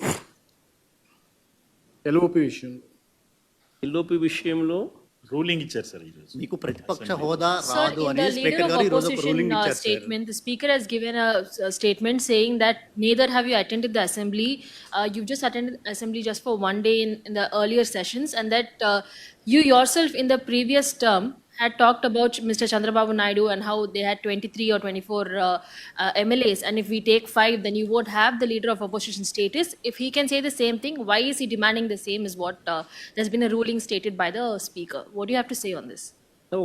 ఒకటి అందరూ గుర్తుపెట్టుకోవాల్సింది ఏంటనంటే, చంద్రబాబు నాయుడు గారు అనే వ్యక్తికి మేము ప్రతిపక్ష హోదా ఇచ్చాం. చంద్రబాబు నాయుడు అనే వ్యక్తిని మేము ప్రతిపక్ష హోదా ఇచ్చినాం. ఎక్కడా రూలింగ్ లేదు, ఎక్కడా దెర్ ఇస్ నో రూల్. నీకు ఇంతమంది శాసనసభ్యులు నీకు ఉండాలి, ఉంటేనే నీకు ప్రతిపక్ష హోదా ఉంటుంది అని ఎక్కడా రూలింగ్ లేదు. ఇన్ఫ్యాక్ట్ ఢిల్లీ అసెంబ్లీలో బీజేపీకి 3 అసెంబ్లీ స్థానాలు గతంలో, ఆప్ బీజేపీకి ప్రతిపక్ష హోదా ఇచ్చింది. మరి 79 స్థానాల బీజేపీ అక్కడ ఉన్న టోటల్ స్థానాలు ఢిల్లీలో 80 స్థానాలకు 77 స్థానాలు ఆప్ వచ్చి సంథింగ్ లైక్ దట్. బీజేపీకి 3 స్థానాలు ఉన్న ప్రతిపక్ష హోదా ఇచ్చినారు. సిమిలర్లీ మేము కూడా తెలుగుదేశం పార్టీకి మేము కూడా 5 మంది శాసనసభ్యులు తెలుగుదేశం పార్టీ నుంచి పక్కన కూర్చుంటామన్నారు. మా వాళ్ళు అయితే ఇంకా లాగేసినామనంటే ఇంకా 10 మంది లాగుతామన్నారు. వద్దు లాగాకండి నేనే చెప్పాను. ఆయన ప్రతిపక్ష హోదా నేనే ఇచ్చి ఇదే చంద్రబాబు నాయుడు చెప్పినా, నువ్వు మాట్లాడు స్వామి, ఎంతసేపు మాట్లాడతావు నువ్వు మాట్లాడు, నేను వింటాను, నేను విని నీకు సమాధానం చెప్తాను, నువ్వు మాట్లాడాలనేదే నా కోరిక, నువ్వేం అడుగుతావు అడుగు స్వామి అని చెప్పి నేను చెప్పిన అసెంబ్లీలో. కావాలంటే నా స్పీచ్లు వినండి, అసెంబ్లీలో నేను అన్న మాటలు. ఆయనకు నాకు మధ్య తేడా అది. ఏదైనా కానీ అసెంబ్లీ అనేది ఎందుకు జరుపుతూ ఉన్నాం? ఈరోజు అసెంబ్లీలో ఉన్న పార్టీలు ఏవి? అధికార పార్టీలు, ప్రతిపక్ష పార్టీ మాదొక్కటే ఉంది. వేరే పార్టీలు ఎక్కడున్నాయి చెప్పండి? ఉన్నాయా ఎవరన్నా? మన ప్రతిపక్ష పార్టీ అనేది ఎవరికి ఇస్తారు? మాకు ఇవ్వకపోతే ఎవరికి ఇస్తారు చెప్పు? ఉన్న వాళ్ళందరూ మంత్రివర్గంలో మంత్రివర్గ సభ్యులుగా మీరే ఉండరు, మీరే గవర్నమెంట్లో ఉండరు, అంతా మీరే రూలింగ్లో ఉండరు. మీరే ప్రతిపక్ష పాత్ర ఎట్ట పోషిస్తారు స్వామి? నాకు అర్థం కావడంలా. అధికార పార్టీ మీదే, ప్రతిపక్ష పార్టీ మీదే. డబుల్ యాక్షన్ ఇదేమన్నా? హీరో నువ్వే, అదే నేను చెప్పే స్వామి, రెండు పాత్రలు డబుల్ యాక్షన్. ఒక పక్క నువ్వే కొడతానంటే ఈ పక్క నేనే కొడతానంటే ఎట్లా కుదురుతుంది స్వామి? అది ఉండేది ఈరోజు అసెంబ్లీలో రెండు పార్టీలు ఉన్నాయి, వాళ్ళంతా కలిపి అధికార కూటమి. ఉన్నోళ్ళంతా ఆ పక్క ఉన్నారు. ప్రతిపక్షం ఉన్నది మా పార్టీ తప్ప వేరే ఏ పార్టీ ఉంది? వేరే ఏ పార్టీ లేదు. సో వేరే ఏ పార్టీ లేనప్పుడు ప్రతిపక్షం అనేది ఎవరికి ఇవ్వాలి? ప్రతిపక్ష పార్టీగా గుర్తింపు అనేది ఎవరికి ఇవ్వాలి? ప్రతిపక్ష పార్టీగా ఉన్న వాళ్ళకి ఇవ్వాలి. సో న్యాచురలీ ఆ పార్టీకి ఎంతమంది అన్నా ఎమ్మెల్యేలు ఉండని స్వామి, వాళ్ళకి ఓ లీడర్ అనేవాడు ఉంటాడు కదా. సో ఆ లీడర్ని ఏమంటారు? ప్రతిపక్ష నాయకుడనే అంటారు కదా, వేరే పేరు ఏమన్నా అంటారా? సో ప్రతిపక్ష నాయకుడు అని చెప్పి నువ్వు ఎప్పుడైతే అంటావో అప్పుడు ఏంది, దాని అర్థం ఏంది? లీడర్ ఆఫ్ ది హౌస్కి ఎంతసేపు మైక్ ఇవ్వాలనో అంతేసేపు దాని తర్వాత స్థానంలో ప్రతిపక్ష పార్టీ నాయకుడికి ఇవ్వాలి. ఎందుకు ఇవ్వాలి? ఇవన్నీ చెప్తాడు కాబట్టి. ఇవన్నీ అవతల ప్రతిపక్ష పార్టీ చెప్పినప్పుడు నువ్వు రిపేర్ చేసుకోవాలి కాబట్టి. అది గవర్నమెంట్ చేయాల్సిన డ్యూటీ కాబట్టి, పని కాబట్టి. కానీ ఇక్కడ ఏం జరుగుతూ ఉంది?